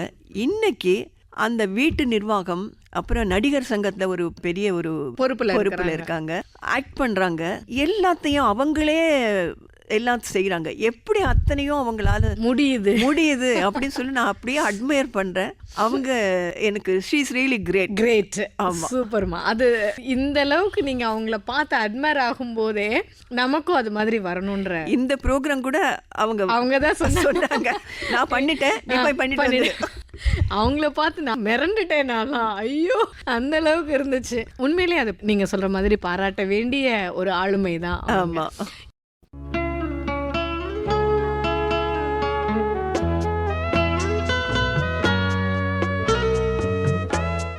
நானும் வந்ததுலேருந்து பார்க்குறேன், ஒரு ஸ்மைலிங் ஃபேஸு, இவ்வளோ ஒரு சாஃப்ட் கார்னராக இருக்கீங்க, அவ்வளோ ஒரு சாஃப்டாக பேசிகிட்டு இருக்கீங்க. ரொம்ப என்ன சொல்கிறது, ஒரு குழந்தைத்தனம்னு சொல்லுவோம் இல்லையா, அப்படி இருக்கீங்க. ஆனால் கோபம் வருமா உங்களுக்கு? நிச்சயமா கோபம் வரும். பயங்கரமா கோபம் வரும். எப்போல்லாம் உங்க மேலேயே என்னைக்காவது கோவப்பட்டிருக்கீங்களாமா? கோபம். அதனால தான் நான் சின்ன குழந்தைங்களுக்கு கிளாஸ் எடுக்க மாட்டேன், டான்ஸ் கிளாஸ் எடுக்க மாட்டேன். சின்ன குழந்தைங்கன்னா எந்த வயசு? அதாவது பிகினர்ஸ் யாரா இருந்தாலும் பரவாயில்ல, பிகினர்ஸுக்கு. ஏன்னா அவங்களுக்கு நம்ம பொறுமையா அவங்களுக்கு சொல்லி கொடுக்கணும். அது என்னால முடியாது. அதே மாதிரி வீட்டுல கிளாஸ் நடக்கிறப்ப எங்க அம்மா இருக்கிறச்ச, வீட்டை சும்மா தானே இருக்கேன், அந்த டீச்சர் வரல, ஸ்டாஃப் டீச்சர் வரல, நீ கிளாஸ் எடுன்னு சொல்றாங்க முதல்ல எல்லாம். நான் போய் எடுக்க ஆரம்பிச்சதுக்கு அப்புறம், நீ வராத, என் குழந்தைங்களை எல்லாம் நீ அழ வைக்கிற, நீ வராத அப்படிம்பாங்க. அவ்வளோ ஸ்ட்ரிக்டா நீங்க? சொல்லி கொடுத்தாக்க ஒரு தடவை 2 தடவை சொல்லி கொடுத்தா உன்ன பிடிச்சிக்கலன்னா எனக்கு அது என்னால பொறுமையா இது பண்ண முடியாது.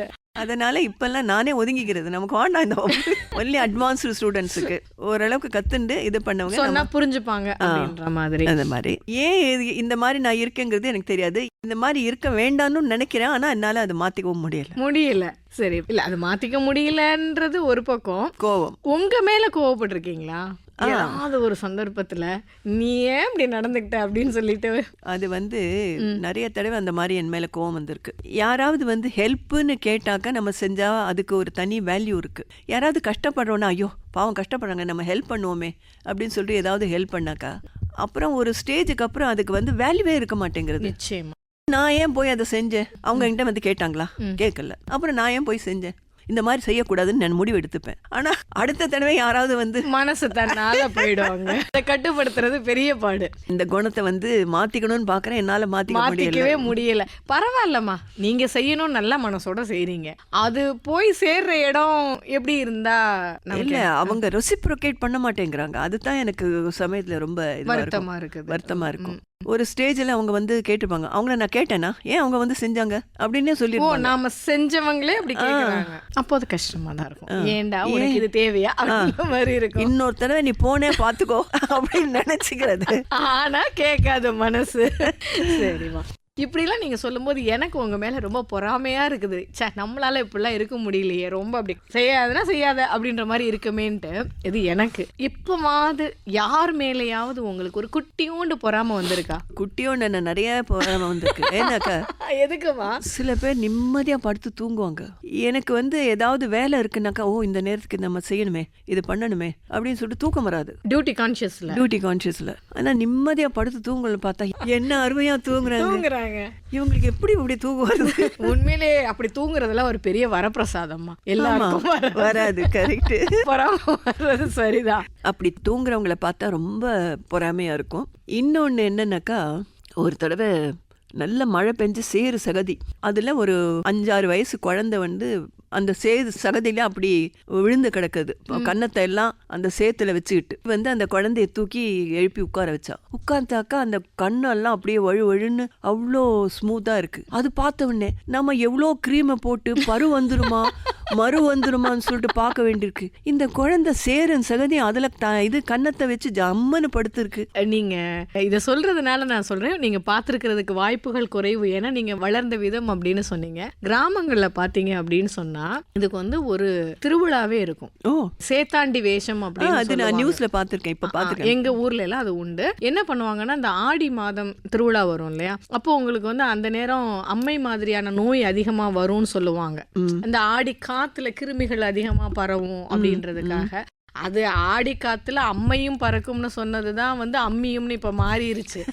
அம்மை வந்து அப்ப அதிகமா வரக்கூடிய, அதாவது தோல் நோய் அம்மைன்னு எல்லாம் பொதுவா வரக்கூடிய காலகட்டம். அதுக்கு என்ன செய்வாங்கன்னா, அந்த காலத்துல எல்லாம் திருவிழாக்கள் மூலமா தானே இதெல்லாம் கொண்டு வந்தாங்க. இந்த சேத்தாண்டி வேஷம்ன்றது இந்த கண்மாயில சேரும் சகதியுமா இருக்கும் இல்லையா, அந்த அள்ளின்னு சொல்லுவோம், அதை மேலெல்லாம் அள்ளி பூசிட்டு மை இருக்குல்ல, இந்த மாட்டு வண்டி அந்த சக்கரத்துல அந்த அச்சாணி பக்கத்துல ஒரு கருப்பா மை இருக்கும், அதை எடுத்து கரும்புளி செம்புளி குத்திட்டு கோழி புறா அதோட அந்த இறகு இருக்கும்ல அதெல்லாம் இப்படி குத்திட்டு வருவாங்க.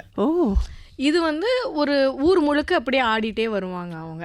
இது அன்னைக்கு திருவிழாக்களுடைய ஒரு பாரம்பரியமா அவங்க சொல்லியிருக்காங்க. இன்னைக்கு மருத்துவ ரீதியா பாத்தீங்கன்னா மண்குளியல் அப்படின்றது வந்து 1 மணி நேரத்துக்கு இவ்வளோ ரூபான்னு சொல்லி ஸ்பெண்ட் பண்ணிட்டு இருக்கோம். வாழை இலை குளியல், மண் குளியல், இதெல்லாம் நீங்க சொன்னீங்களே தென்காசி அந்த பக்கம்லாம் வந்துட்டு பாத்தீங்கன்னு சொன்னா ஆழியாறு அந்த இடங்கள்ல எல்லாம் தனியாவே இன்னைக்கு இது ஒரு இயற்கை வைத்தியமா போயிட்டு இருக்குது. இந்த தோல் சுருக்கங்கள்லாம் வராம இருக்கிறதுக்கு அந்த மண் அவ்வளோ தன்மை வாய்ந்தது. அதனாலதான் அதை எடுத்து பூசிப்பாங்க. இப்போ நீங்க சொன்ன அந்த சம்பவத்தோட கனெக்ட் பண்ணி பாருங்க, அது கரெக்ட். ஆமா, அதான் சரி. நீங்க அதை பார்த்துருக்கிறதுக்கான வாய்ப்புகள் உங்களுடைய சைல்ட்ஹுட் டேஸ்ல இருந்திருக்கிறதுக்கு வாய்ப்பு இல்லை. எனக்கு அந்த மாதிரியான வாய்ப்புகள் கிடைச்சிருக்குது. இன்னைக்கும் எங்க கிராமங்கள்ல இதெல்லாம் நடக்குது. அது பண்ணுவாங்க. ஏன்னா இந்த தோல்ல வரக்கூடிய அரிப்பு இல்ல இந்த குட்டி குட்டியா வந்து ஸ்பாட் மாதிரி இப்படி வரும், அதெல்லாம் இல்லாம இருக்கிறதுக்கு இந்த மண்குளியல் நல்லது. அந்த வறண்ட கண்மாயில கரிசல் இதுல அந்த அழியோட சேர்ந்து இருக்கும், அதை எடுத்து பூசுவாங்க. அது கொஞ்ச நேரத்துல அப்படி பிடிக்க ஆரம்பிக்குமா. நீங்க ஃபேஸ் பேக் போட்டீங்கன்னா எப்படி இருக்கும், முல்தானி மெட்டி எல்லாம் போட்டுட்டு அப்படி நம்ம ஒரு பேக் போட்டுட்டு ஒரு ½ அன் ஹவர் இருந்தோம்னா அப்படி ஒரு மாதிரி வருமா, அப்படி இருக்கும். திரும்ப போய் அவங்க நல்லா குளிச்சுட்டு வந்துருவாங்க. ஸோ அவங்களோட ஸ்கின் நல்லா ஆயிடும். அதுதான் நீங்க பார்த்த அந்த ஒரு காட்சி. அப்போ அந்த குழந்தைய பார்க்கும்போது உங்களுக்கு ஒரு பொறாம வந்திருக்கு. ஆமா, நம்ம வந்து எதுவுமே செலவு பண்ணாம கிரீம் எல்லாம் செலவு விடுங்க, நம்ம வந்து வேலை எல்லாம் முடிஞ்சு ராத்திரி ஏதோ ஒரு நேரத்துக்கு வந்துட்டு மேக்கப் எல்லாம் எடுத்துட்டு அதுக்கு மேல ஒரு கிரீமை பூசி அது வந்து தலகாணியில தொடச்சிட்டு போயிடாம ஜாக்கிரதையா தலையை நேரா வச்சு படுத்து இவ்வளோ கஷ்டப்படுறோம். இந்த குழந்தை என்னடா பண்ணாக்கா இந்த மாதிரி சேத்துல புரண்டு வருது, கன்னத்தை பார்த்தா முழுன்னு இருக்கே அப்படின்னு. ஒரு ஆர்டிஸ்டா உங்களுடைய பார்வையும் பரவாயில்ல, சந்தோஷமா இருக்குது இதெல்லாம். ஏன் அப்படின்னா அது சாதாரணமா பார்த்துட்டு நீங்க கடந்து போல பார்த்தீங்களா, அதை உள்வாங்கி அப்படி யோசிச்சதுக்கு அப்புறம் ஒரு குட்டி பொறாம உங்களுக்கு வந்திருக்குது. பரவாயில்ல. நிறைய விஷயங்கள் நமக்கு வாழ்க்கையில நிறைய கிடைச்சிருக்கும், நிறைய இழந்திருப்போம். கிடைச்சப்ப மனசு ரொம்ப சந்தோஷமா இருக்கும். ஆனா இப்போ நீங்க சொன்னீங்க உங்களுடைய பிரதருடைய அந்த ஒரு மரணம் அப்படிங்கிறது, அந்த மாதிரி இழப்புகள் நிறைய இருக்கும். உங்களுக்கு சரியான நேரத்துல ஒரு ஆற்றுப்படுத்தல் கிடைச்சதுனால நீங்க அதை கடந்து வந்துட்டீங்க. அந்த நேரம் அதை தாண்டி வேற ஏதாவது ஒரு வலி அப்படின்னு சொன்னா இன்னைக்கு வரைக்கும் இருக்காமா, கடக்க முடியாத வலி அப்படின்னு இருக்கா? அது சாதாரணமா லைஃப்ல எல்லாருக்கும் வரக்கூடிய வலிகள் தான். எத்தனையோ அந்த மாதிரி வலிகள் உண்டு. எல்லாத்தையுமே கடந்து வந்து அப்பா வந்து கொடுத்த இன்னொரு மெயின் இது என்ன, டான்ஸ் மட்டும் இல்லை, சைட் பை சைடு ஆன்மீகத்துல முழுக்க முழுக்க அவருடைய டீச்சிங்ஸ் மட்டும் இல்லை, அவர் வந்து சின்ன வயசுல விவேகானந்தருடைய டீச்சிங்ஸ் புக்ஸு அதெல்லாம் படித்து அவர் வந்து அந்த இதில் போகணும்னு தான் ஆசைப்பட்டிருக்கார். ஆனால் வாழ்க்கையில் ஈடுபட வேண்டிய ஒரு கட்டாயத்தில் அவர் ஈடுபட்டுட்டார். அதனால அவர் வந்து தன்னுடைய குழந்தைகள் எல்லாருக்குமே அந்த இது இருக்கணும், தெரிஞ்சிருக்கணும் அப்படிங்கிறதுனால ராமகிருஷ்ணா, காஸ்பெல் ஆஃப் ஸ்ரீ ராமகிருஷ்ணா, அதே மாதிரி விவேகானந்தருடையது, இந்த புக்ஸ் எல்லாம் தான் குழந்தையிலேருந்தே படிக்க கொடுத்து இது பண்ணார். நீங்க இந்த தலைப்பு சொன்னப்பவே நான் உங்ககிட்ட சொன்னேனே, அதெல்லாம் படிச்சு இருந்ததுனால தான் என்னால் அது புரிஞ்சுக்கிட்டு நான் உங்களுக்கு சொல்ல முடியுது. நிச்சயமா நம்மளை உள்நோக்கி பார்க்கக்கூடிய ஒரு விஷயம் வேணும்ன்றத வந்து பொதுவாக சமயம் அப்படின்னு சொல்றதே வந்து சமைத்தல் அதுல இருந்து வந்ததுன்னு சொல்லுவாங்க. சமைத்தல்ங்கிறது என்னது? நம்மளை ஒரு பக்குவப்படுத்தக்கூடிய ஒரு தன்மை. ஒன்று ரா வெஜிடபிளாக இருக்குது, அதை நம்ம சமைக்கிறோம், அதுக்கப்புறம் தான் அது வந்து ஈட்டபிளாக மாறுது இல்லையா? அந்த மாதிரி தான் அதுக்கு நிறைய அந்த ஆன்மீகம் நமக்கு உதவி பண்ணும். அந்த ப்ராக்டிஸ் இருந்ததுனால இந்த வலிகளை எல்லாம் கடந்து வரக்கூடிய ஒரு உங்களுக்கு கிடைச்சிருக்கு. இன்னைக்கு வரைக்குமே அதை நீங்கள் ஃபாலோ பண்ணுறீங்க? நிச்சயமா அது ஃபாலோ பண்ணுறேன். சரிம்மா.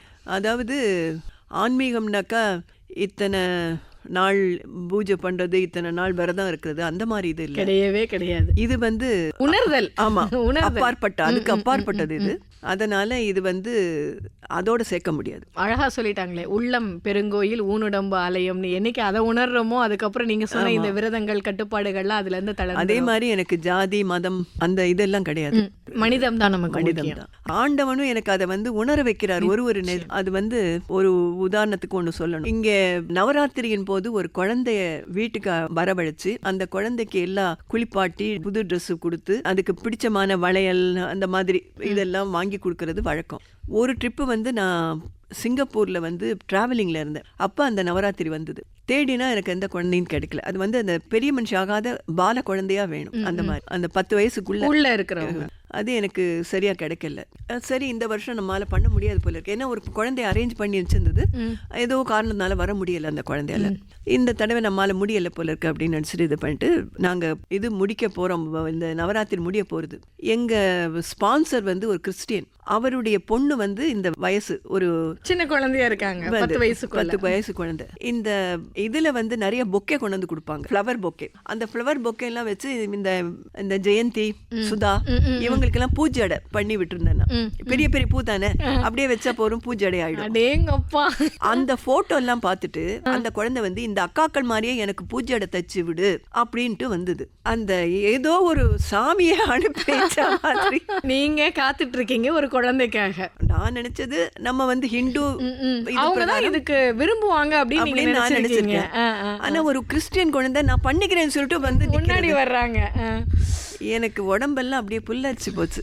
எப்பவுமே என்னுடைய ட்ரெஸ் பாக்ஸ்ல வந்து ஒரு புது துணி இருக்கும். ஏன்னா ட்ரெஸ் ஏதாவது திடீர்னு கிழிஞ்சு போச்சுன்னாக்கா அந்த நேரத்துக்கு அட்ஜஸ்ட் பண்ணதுக்கு உடனே அந்த என்னுடைய அசிஸ்டன்ட் சுபான்னு சொல்லிட்டு வந்திருந்தா, அவகிட்ட கொடுத்து அந்த குழந்தைக்கு பாவாடை சட்டை தைக்க வச்சு அது போட்டு அவளுக்கு பூச்சடை தட்டி விட்டு இங்க நம்ம என்ன செய்வோமோ அதே மாதிரி அந்த குழந்தைக்கு செஞ்சு. நீங்க தேடிக்கிட்டே இருந்திருக்கீங்கல்லம்மா, உங்க தேடல்ல வந்து ஒரு ஆத்மார்த்தம் இருந்திருக்கு. நீ ஜாதி மதம் பார்க்காத அப்படிங்கறத சாமியே அந்த சூழலை எப்படி கொண்டு வந்து விட்டுருக்காரு பாருங்க. தேடல் ஒரு குழந்தைக்கு செய்யணும்ன்றதுதான் இல்லையா? இதுல வந்து ஹிந்து, கிறிஸ்டின், முஸ்லீம் அதெல்லாம் எதுவுமே கிடையாது. ஒரு குழந்தை செய்யணும். அப்போ குழந்தையும் தெய்வமும் கொண்டாடும் இடத்திலே நல்ல இந்த குழந்தைய கொண்டாடு அப்படின்னு சொல்லி உங்களுக்கு அனுப்பி அவங்க அப்பா பார்த்துட்டு, ஐயோ நீ இது என் பொண்ணு இல்லம்மா அப்படிங்கிறாரு. என்ன ஃப்ராக் போட்டுட்டு வந்த பொண்ணு பாவாடை சட்டையோட வந்து நின்னா பூஜை எல்லாம் போட்டுட்டு. பரவாயில்ல, இது கேட்க ரொம்ப சுவாரஸ்யமா இருக்குது. ஆனா இது எத்தனை வருஷங்கள் இருக்கும் இது நடந்து? ரொம்ப வருஷம் ஆச்சு. ஆனா கூட இப்போ உங்களுக்கு அது ரீகால் ஆற அளவுக்கு மெமரியில வந்து நல்லா ஸ்டோர் ஆயிருக்கு இல்லையா? நல்லா பதிச்சதுனாலதான் இன்னைக்கு உங்களால சொல்ல முடியுது. சந்தோஷமா. தனிமை, இது நீங்க எப்படி பாக்குறீங்க? தனிமைங்கிறது வந்து நான் ஒரு இன்சிடென்ட் உங்களுக்கு சொல்லி ஆகணும்.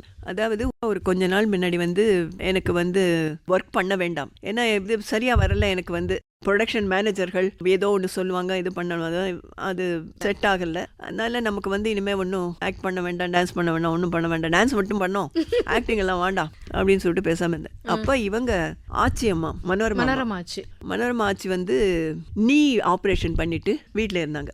அவங்கள உடம்பு சரியில்லாம இருக்காங்களே பார்க்கறதுக்குன்னு போனேன். பார்க்க போனால் அவங்க சொன்னாங்க, என்னம்மா லைஃப் இது, பளீர்னு வெளிச்சத்தில் ஷூட்டிங் லைட்டில் 10 பேரோட கலகலன்னு பேசி எப்படி இருந்த நான் இப்படி தனிமையில் வீட்டில் யாருமே இல்லாமல் உட்காந்து கொடுமையான கொடுமையை, விரோதிக்கு கூட இந்த தனிமை வரக்கூடாது, இது கொடுமை அப்படின்னு சொன்னாங்க. அதே சமயத்தில் வந்து எனக்கு ரொம்ப பிடிச்ச ஹீரோ வந்து இவர் நாகேஸ்வர் ராவ். தேவதாஸ் படம் பார்த்ததுல எனக்கு ரொம்ப அதுல இருந்து ஏதாவது நான் இந்த டான்ஸ் ப்ரோக்ராம்காக வேண்டி நிறைய கார் டிராவல் பண்ணுவேன், ஊரா போச்சு. அப்ப எங்கேயாவது டூரிங் டாக்கீஸ்ல ஓடிட்டு இருந்தா அவருடைய கூட, படம் இருந்தா அவரோட படம் இல்ல, இந்த தேவதாஸ் ஓடிட்டு இருந்தா வண்டியை நிறுத்த சொல்லி அந்த டூரிங் டாக்கீஸ்ல போய் உட்கார்ந்து அந்த படத்தை பார்த்து அப்புறம் தான் கண்டினியூ பண்ணேன். அவ்வளவு கிரேஸ். அவர் கூட நடிக்கிறதுக்கு கலிசுந்தாம்ரா அப்படின்னு சொல்லிட்டு ஒரு இல்ல சீதாராம கல்யாணம் சூத்தாம் ராராண்டி அப்படின்னு ஒரு படம். இன்னொரு முறை அந்த பேர் மட்டும். சீதாராம கல்யாணம் சூத்தாம் ராரண்டி. என்ன அர்த்தம்? சீதாராம கல்யாணம் பார்க்கலாம் வாங்க வாங்க ராரண்டி. அந்த படத்துல வந்து இவருக்கு ஜோடியா நடிக்கணும். அதுக்கு முன்னாடி நடிச்சிருக்கேன், ஒரு பெரிய கேப்புக்கு அப்புறம் நடிக்க போனோம்னா அவர் வந்து ரொம்ப காமெடியா பேசுவார், ஜோவியலா பேசுவார். எனக்கு ரொம்ப வருஷத்துக்கு அப்புறம் பார்த்தோம்னா அவர் என்ன கேட்டார்னாக்கா, நீங்க வந்து என்ன கல்யாணம் ஆகி செட்டில் ஆயிட்டீங்களா, உன்னை பார்க்கவே முடியலையே, என்ன பண்ற நீ அப்படின்னு கேட்டார். நான் ரிட்டையர் ஆயிட்டேன் சார் அப்படின்னு. அவரால் என்ன பண்ண முடியல. அப்பெல்லாம் நாங்கள்லாம் என்ன செஞ்சுட்டு இருக்கோம், இந்த வயசுல நீ ரிட்டையர் ஆயிட்டேன்னா இந்த வயசுல நான் என்ன செஞ்சுட்டு இருக்கேன் அப்படின்னு கேட்டார். அப்புறம் அந்த அவருடைய ஓன் ஸ்டுடியோ இருக்கு, அன்னபூர்ணா ஸ்டுடியோன்ட்டு. அந்த ஸ்டுடியோல வந்து இது வரைக்கும் வாங்கின அந்த கேடயங்கள், அந்த விருதுகள் அதெல்லாம் டிஸ்பிளே பண்ணி வச்சிருக்காரு. ஷூட்டிங் அந்த பிரேக் போது என்னை அழைச்சின்னு போய் அதெல்லாம் காட்டினார். காட்டிட்டு ஒரு ஆர்டிஸ்டுக்கு நான் சொன்னேன், ஏன் நீ நடிக்கலன்னு சொன்னாக்கா, இந்த ப்ரொடக்ஷன் மேனேஜர்கள் வந்து பொய் சொல்லி இது ரொம்ப இது பண்ணாங்க. எனக்கு என்ன ஒரு இதுன்னா, ஒரு ஓடுற ட்ரெயினில் என்னை ஏற்றி விட்டாங்க கேரளா போகிறதுக்குன்னு நினைக்கிறேன். வந்து ஃபர்ஸ்ட் கிளாஸில் நானே என்னுடைய சிஸ்டர் ஏறிட்டோம். ட்ரெயின் மூவ் ஆயிடுது, ஆனால் உட்காரத்துக்கு கூட இடம் கிடையாது. ஐயோ, அவ்வளோ கூட்டம். ஏன்னா நம்ம எல்லாமே ஒரு வேலை முடிச்சுட்டு ஓடி வருவோம் ட்ரெயினில் ஏறத்துக்கு. ஏற்றி விட்டாங்க. கூட வந்து அண்ணா எல்லாம் கிடையாது, அக்கா தான் வந்திருக்காங்க. எனக்கா அப்படியே கோங்கோமா வருது, என்ன பண்ணுறதுனே புரியல. அங்கே இருக்கவங்க எல்லாம் சொன்னாங்க, ஒரு பேப்பர் போட்டுட்டு கீழெல்லாம் நியூஸ் பேப்பர் போட்டுட்டு உட்காந்துருக்காங்க. நான் வந்து நெளிஞ்சுக்கிட்டு இது பண்ணிட்டு உடனே அக்கா கிட்ட சொன்னேன், நான் அடுத்த ஸ்டேஷன் உடனே நம்ம இறங்கிடுவோம், இறங்கி நம்ம வீட்டுக்கு போயிடுவோம், நம்ம போக வேண்டாம் அப்படி இப்படின்னு நான் கத்திட்டு இருக்கேன். எல்லாம் கேட்டுட்டே இந்த பக்கத்தில் இருந்தவர் வந்து, கொஞ்சம் அமைதி, சில் சில் உட்காருங்க அப்படின்னு சொல்லி பக்கத்தில் உட்கார சொல்லிட்டு, நாங்கள் எல்லாம் கூட பெரிய பெரிய ஆளுங்க தான், கிளப்பு கவர்னர் அந்த மாதிரி இருக்கவங்க தான். இன்னைக்கு வந்து சென்னையில் இது முடிஞ்சிருக்கு, கிரிக்கெட் மேட்சும் என்னமோ முடிஞ்சிருக்கு, அதனால இன்னைக்கு இப்படி தான் இருக்கும். எத்தனை ரிசர்வேஷன் பண்ணியிருந்தா கூட இப்படி தான் டிராவல் பண்ணி ஆகணும். நீங்க சொல்ற மாதிரி அடுத்த ஸ்டேஷன் வந்து இமீடியட்டா வராது. எவ்வளவு தூரம் போய் திரும்புவோம்? இல்ல, அடுத்த ஸ்டேஷன்ல வண்டி நிக்கிறப்போ மிட் நைட் ஆயிடும். 2 லேடிஸ் நீங்க இறங்கி போனீங்கன்னா அங்க வண்டி இன்னும் இருக்காது உங்களுக்காக. எப்படி நீங்க வீட்டுக்கு போவீங்க? அதுக்கு நீங்க இதுல கண்டினியூ பண்ணி டிராவல் பண்ணிட்டு அப்புறம் இது பண்ணுங்கன்னு சொல்லி சொன்னாங்க. அவர் கோயம்புத்தூர்ல இருக்கிற பெரிய ஆட்கள் அவங்க எல்லாம் சொன்னாங்க. நாம என்ன நினைச்சோம் அதுதான், நம்மளுடைய பார்வை ஒரே இதுல மட்டும். அதனால இந்த மாதிரி ஒரு இது எனக்கு நடந்தது. இந்த ப்ரொடக்ஷன் மேனேஜர்கள் இப்படி பண்ணாங்க. அண்ணாக்கள் கூட வரச்ச ஓகே, பயம் இல்லாம இருக்கும். ஆக்சிடென்ட்ல ஒரு அண்ணா போயிட்டார். இன்னொரு அண்ணா வந்து பெரிய அண்ணா வந்து டாக்டர், அவர் கூட வர முடியாது. இன்னொரு அண்ணா அவர் வந்து வேற ஏதோ ஒரு இதுல இருக்காரு, அதனால அவரும் வர முடியாது. அக்காவும் நானும் போற மாதிரி இருந்ததுன்னா எதுக்கு இது வேண்டாம் அப்படின்னு நினைச்சேன் அப்படின்னு சொன்னேன். அப்புறம் அந்த இதெல்லாம் அங்கே விருதுகள் அந்த இதெல்லாம் கொண்டு போய் அழைச்சிட்டு போய் காட்டிட்டு, ஒரு ஆர்டிஸ்ட்டுக்கு நமக்கு வந்து காத்தால நாம எழுந்திருக்கச்ச வீட்டில் இருக்கவங்க எல்லாம் தூங்கிட்டு இருப்பாங்க. அதே மாதிரி வேலை முடிச்சு ராத்திரி நம்ம போறச்ச வீட்டில் எல்லாம் தூங்கிட்டு இருப்பாங்க. நமக்கு சொந்தம் உறவுங்கிறது நம்ம கூட ஒர்க் பண்ற கோ ஆர்டிஸ்ட் தான். அப்புறம் இந்த நமக்குன்னு ஒரு சந்தோஷம் ஒரு இது இருக்குன்னாக்கா, நம்ம சம்பாதிக்கிற பணம் வந்து அனுபவிக்கிறதுக்கு வீட்டில் இருக்கவங்க தான் அனுபவிப்பாங்க. நாம வந்து கம்பெனியில் கொடுக்குற அந்த ட்ரெஸ் தான் போடுறோம், கம்பெனியில் கொடுக்குற அந்த நகை தான் போடுறோம். அந்த நகையில வீட்டில் இருக்கவங்க தான் அனுபவிச்சுட்டு இருப்பாங்க. நம்முடைய சந்தோஷம் எப்படின்னாக்கா, அந்த கழுத்துல விழற மாலை இருக்க அது. இன்னொன்னு அந்த கைத்தட்டல் தானே ஒரு படைப்பாளருக்கு ஒரு மிகப்பெரிய பாராட்டு. ஆமா, இதுதான் நமக்கு ஒரு பூஸ்ட் அப்படின்னு சொல்லி சொன்னாரு. அதனால நம்ம வந்து கடைசி மூச்சு இருக்கிற வரைக்கும் நம்மால முடிஞ்ச அளவுக்கு நடிக்கணும். எத்தனை பேர் நடிக்கணும்னு வந்துட்டு இழிஞ்சு போய் ஜூனியர் ஆர்டிஸ்ட் எத்தனை பேர் அந்த மாதிரி தானே வீட்டை விட்டு ஓடி வந்தவங்க இந்த மாதிரி எல்லாம் இருப்பாங்க. நமக்கு ஒரு நல்ல வாய்ப்பை வந்து இன்னைக்கு வரைக்கும் கடவுள் கொடுத்துட்டு இருக்கு. ஸ்டார்டம்ங்கிறது கிடைக்கிறதுங்கிறது கிடைக்க முடியாத ஒண்ணு இருக்கு, அதை விடாது, நீயா விடாது, அது ஒன்றை விட்டு பார்க்கலாம். இந்த இடம் நல்லா இருக்கு, அது நம்மளை விடும்போது பார்த்துக்கலாங்க, இன்னைக்கு நம்மளா விடக்கூடாது அப்படின்றது. இது சொன்னதுக்கு அப்புறம் தான் நான் மறுபடியும் ஆக்ட் பண்ண ஆரம்பிச்சேன். ஓ, அது வரைக்கும் அந்த பிரேக் ஒரு நடுப்புற ஒரு பிரேக் எடுத்துட்டு அப்புறம் மறுபடியும் ஆக்ட் பண்ண ஆரம்பிச்சேன். ஆனா அந்த நேரம் நீங்க வந்து அந்த தனிமையை ஃபீல் பண்ணீங்களா? இல்ல, அது வரைக்கும் ஃபீல் பண்ணேன். டான்ஸ் பண்ணிட்டு இருந்தேன். ஓ, டான்ஸ் பண்ணீங்க. டான்ஸ் பண்ணிட்டு இருந்தேன், ஆக்டிங் தான் பண்ணாம இருந்தேன். அது உங்களை என்கேஜ்டா வச்சிருந்தது, அதனால தெரியல. அதுவும் நல்ல நல்ல படங்கள்லாம் நான் மிஸ் பண்ணேன் அந்த நேரத்துல வந்த படங்கள். அந்த நேரம் வந்ததெல்லாம் எப்படி அவாய்ட் பண்ண? கூட வர்றதுக்கு சரியான ஒரு இவங்க இல்ல. ஆனா அதெல்லாம் நம்ம மிஸ் பண்ணிட்டோமேன்னு இப்போ நீங்க நினைக்கிறீங்களா? அப்படி இல்ல, நமக்குன்னு உள்ளது வரத்தான் செய்யுது. எந்த வயசானா எப்படி இருந்தா என்ன? நிச்சயமா நிச்சயமா. பரவாயில்ல. அப்ப தனிமையை வந்து நீங்க ஒரு இடத்துல அனுபவிக்கவும் செஞ்சிருக்கீங்க, அது தப்புன்றதையும் நீங்க திரும்ப ரியலைஸ் ஆமா, பண்ணி அந்த மாதிரி ஒரு தனிமை நம்ம வந்துடக்கூடாது. அவங்க தான் சொன்னாங்க, என் எதிரிக்கு கூட இது வரக்கூடாது. நாம வந்து இந்த மாதிரி கலகலப்பா 10 பேரோட இருந்து பழகிட்டோம். யாருமே இல்லாம தனிமையில உட்கார்ந்துங்கிறது கொடுமையிலும் கொடுமைன்னாங்க. அந்த கொடுமை மட்டும் நமக்கு அனுபவிச்சிடவே கூடாது. பாட்டே சொல்லியிருக்கேன், தனிமையிலே இனிமே காண முடியுமா? முடியாதுதான் இல்லையா? சரிவா. இப்ப சொன்னீங்க ஒரு டிராவல், ட்ரெயின்ல போன அந்த ஒரு சம்பவம், அது மாதிரி நீங்க நிறைய ஊர்களுக்கு நீங்க டிராவல் பண்ணிருக்கீங்க நிறைய. அப்படி உங்களுக்கு அந்த ஒரு பயணத்துல பிடித்ததுன்னா என்னதுமா? பிடிச்சதுன்னு சொல்ல முடியாது, நிறைய இன்சிடென்ட்ஸ், நிறைய அனுபவங்கள். ஏன்னாக்கா ஒரு ஊர்லேருந்து ஒரு ஊர் போகிறதுங்கிறது சாதாரணமான இது கிடையாது. நிறைய இன்சிடென்ட்ஸ். ஒரு தடவை வந்து இந்த டான்ஸ் ப்ரோக்ராம் இருக்கே, அது இப்படி அப்படின்னு சொல்ல முடியாது. ஒரு தடவை என்ன ஆச்சுன்னாக்கா, சித்தூரில் டான்ஸ் ப்ரோக்ராம், ஆந்திரா சித்தூர் முடிஞ்சுட்டு மறுநாள் வந்து ட்ரிவாண்டத்தில் டான்ஸ் ப்ரோக்ராம். அதுக்கும் மறுநாள் என்னன்னாக்கா விஜயவாடா. இதுக்கு என்னன்னாக்கா 2 செட்டு இவங்க ஆர்கெஸ்ட்ரா, ஒரு செட்டு வந்து இந்த பக்கம், இன்னொரு செட்டு இன்னொரு பக்கம் போவாங்க. அந்த மாதிரி நான் மட்டும் ஃப்ளைட்டில் போய் இது பண்ணணும். அந்த மாதிரி இந்த மாதிரி போகிறச்ச இந்த ட்ரிவாண்ட்ரம் ப்ரோக்ராம் முடிச்சுட்டு காரில் போயிட்டுருக்கோம் இதுக்கு விஜயவாடாவுக்கு. அப்போ வந்து இந்த ஹிந்தி எஜிடேஷன் நடக்கிறது. ரயில்வே ஸ்டேஷன்லலாம் பற்றி எரிஞ்சிட்ருக்கு ஸ்டேஷன்லாம். ஆனால் நாங்கள் காரில் இதுக்கு போயிட்டுருக்கோம் ப்ரோக்ராமுக்கு. இந்த மாதிரி நிறைய இன்சிடென்ட்ஸ். இன்னொரு தடவை என்னாச்சுனாக்கா, புவனேஸ்வரில் டான்ஸ் ப்ரோக்ராம், அதை முடிச்சுட்டு நான் வந்து திரும்பி ஊருக்கு வரணும். புவனேஸ்வரில் டான்ஸ் ப்ரோக்ராம், அந்த தியேட்டர் வந்து அவ்வளோ நல்லா இருந்தது. அதாவது ஒரு மயக்கம் வர்ற அளவில் வாசனை. என்ன வாசனைனாக்கா, லோட்டஸ் ஃபுல்லா தாமரை வச்சு டெக்கரேட் பண்ணியிருந்தாங்க. அந்த வாசனையே ஒரு மயக்கம் வந்தது. அந்த மாதிரி அவ்வளோ சந்தோஷமா ப்ரோக்ராம் பண்ணி முடிச்சதுக்கு அப்புறம் எப்பவும் போல அவங்க ஆர்கெஸ்ட்ரா பீப்புள், என்னுடைய அக்கா, அவங்க கிட்ட எல்லா பணத்தையும் கொடுத்தாச்சு. அவங்க ட்ரெயினில் புறப்பட்டாச்சு. நாங்கள் ஃப்ளைட்டில் புறப்படுறோம். ஃப்ளைட்டில் புறப்பட்டு புவனேஸ்வர் டு விசாகப்பட்டினம் வரணும், விசாகப்பட்டினம் டு சென்னை ஃப்ளைட்டில் வரணும். நாங்கள் அந்த புவனேஸ்வர்லேருந்து விசாகப்பட்டினம் வந்தப்போ கனெக்டிங் ஃப்ளைட்டு போயிடுது. அன்னைக்கு நாங்கள் இதில் தங்கி ஆகணும் விசாகப்பட்டினத்தில். அதில் வந்து இந்த இவங்க என்ன உண்டோ, அவங்க என்ன சாப்பாடு தராங்களோ, அதெல்லாம் அவங்க பார்த்துட்டாங்க, கொடுத்துட்டாங்க. அதுக்கு மேலே வேணும்னா நமக்கு பைசா வேணும். ஏதாவது வேணும்னாக்கா அதுக்கு மேலே ஏதாவது செய்யணும்னா பைசா வேணும். ஆனால் பைசா இல்லை, எல்லாம் இவங்க ட்ரெயினில் கொடுத்தாச்சு.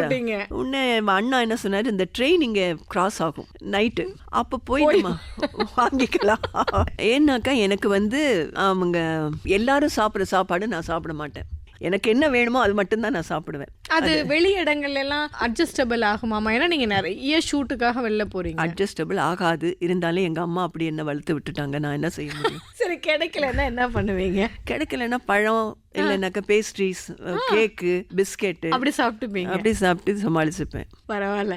சில பேர் இருக்காங்க, வேற வழியே இல்லப்பா, கிடைக்கிறத சாப்பிடுவோம்ப்பா. சாப்பிட்டா என் வயிறு ஒத்துக்காதே. ஏன்னா அது வந்து குழந்தையிலேருந்து அது சாப்பிட்டு பழகி இருந்தா தான், இல்லைன்னா முடியாது. அதனால நான் ஏதாவது எக்ஸ்ட்ரா சாப்பிட்டேன்னா அதுக்கு பைசா வேணும். அதுக்காகத்தான் ட்ரெயின் கிராஸ் ஆர்ஸ் போய் பைசா வாங்கிக்கலாம் அப்படின்ட்டு சரின்னு சொல்லிட்டு ஒரு டாக்ஸி பிடிச்சு இதுக்கு போயிட்டு இருக்கோம், ரயில்வே ஸ்டேஷனுக்கு. அந்த ட்ரெயின் போறதுக்காக கேட் போட்டோம். அது ட்ரெயின் இருக்குமா, போயிடுமா, நம்ம பார்க்க முடியுமா முடியாதான்னு ஒரே டென்ஷன். ஆனா அது வந்து வாட்டரிங் ஃபில் பண்ணியது ஸ்டேஷன். அதனால கொஞ்ச நேரம் நின்றுந்தது. நாங்க போய் பைசா வாங்கிட்டு வந்துட்டோம். அது நீங்க பட்டினி இருக்க கூடாது அப்படின்ற ஒரு எண்ணம் தான். அது வந்து அண்ணாவும் அப்படி நினைச்சிட்டே வந்திருப்பாங்க.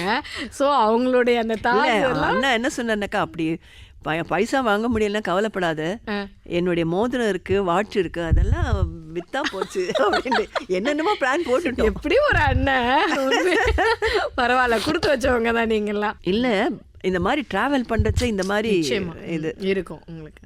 அவ்வளோ பிஸியாகவே இருந்திருக்கீங்க, இருக்கிறீங்க. இந்த டைம் மேனேஜ்மெண்ட் அப்படின்னு வரும்போது நிறைய பேருக்கு என்ன ஆகும் அப்படின்னு சொன்னால், பல வேலைகளை, ரெகுலர் ரொட்டீன் ஒர்க்கை வந்து ஸ்கிப் பண்ணுவாங்க. வேறு வழி இல்லைப்பா, இன்றைக்கி நான் இங்கே ஷூட்டு போனேன், இவ்வளோ நேரம் ஆயிடுச்சு அப்படின்லாம் சொல்லிட்டு. நீங்கள் எப்படிம்மா இந்த நேர நிர்வாகத்தில்? அதாவது ஷூட்டிங் இது வந்து அநேகமாக நம்ம பிளான் போட்ட மாதிரி பண்ணவே முடியாது.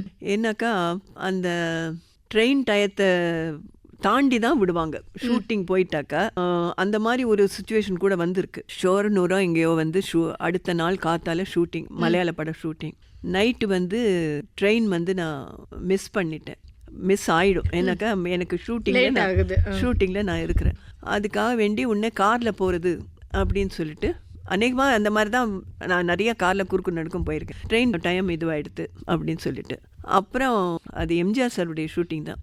நாங்கள் சொல்லலை, இருந்தாலும் அவர் தெரிஞ்சுக்கிட்டு உடனே அண்ணாவை கூப்பிட்டு திட்டினார். ஒரு பொண்ணை கூட அழைச்சின்னு போகிறதுனா எப்படி அழைச்சின்னு போகிறதுன்னு உனக்கு தெரிய வேண்டாமா, ராத்திரி போகிற தனியாக அப்படியெல்லாம் போகக்கூடாதுன்ட்டு அவருடைய செக்யூரிட்டி ஆள்கிட்ட ரிவால்வரை கொடுத்து காரில் அழைச்சின்னு போ அப்படின்னு சொல்லி அனுப்பிவிட்டார்.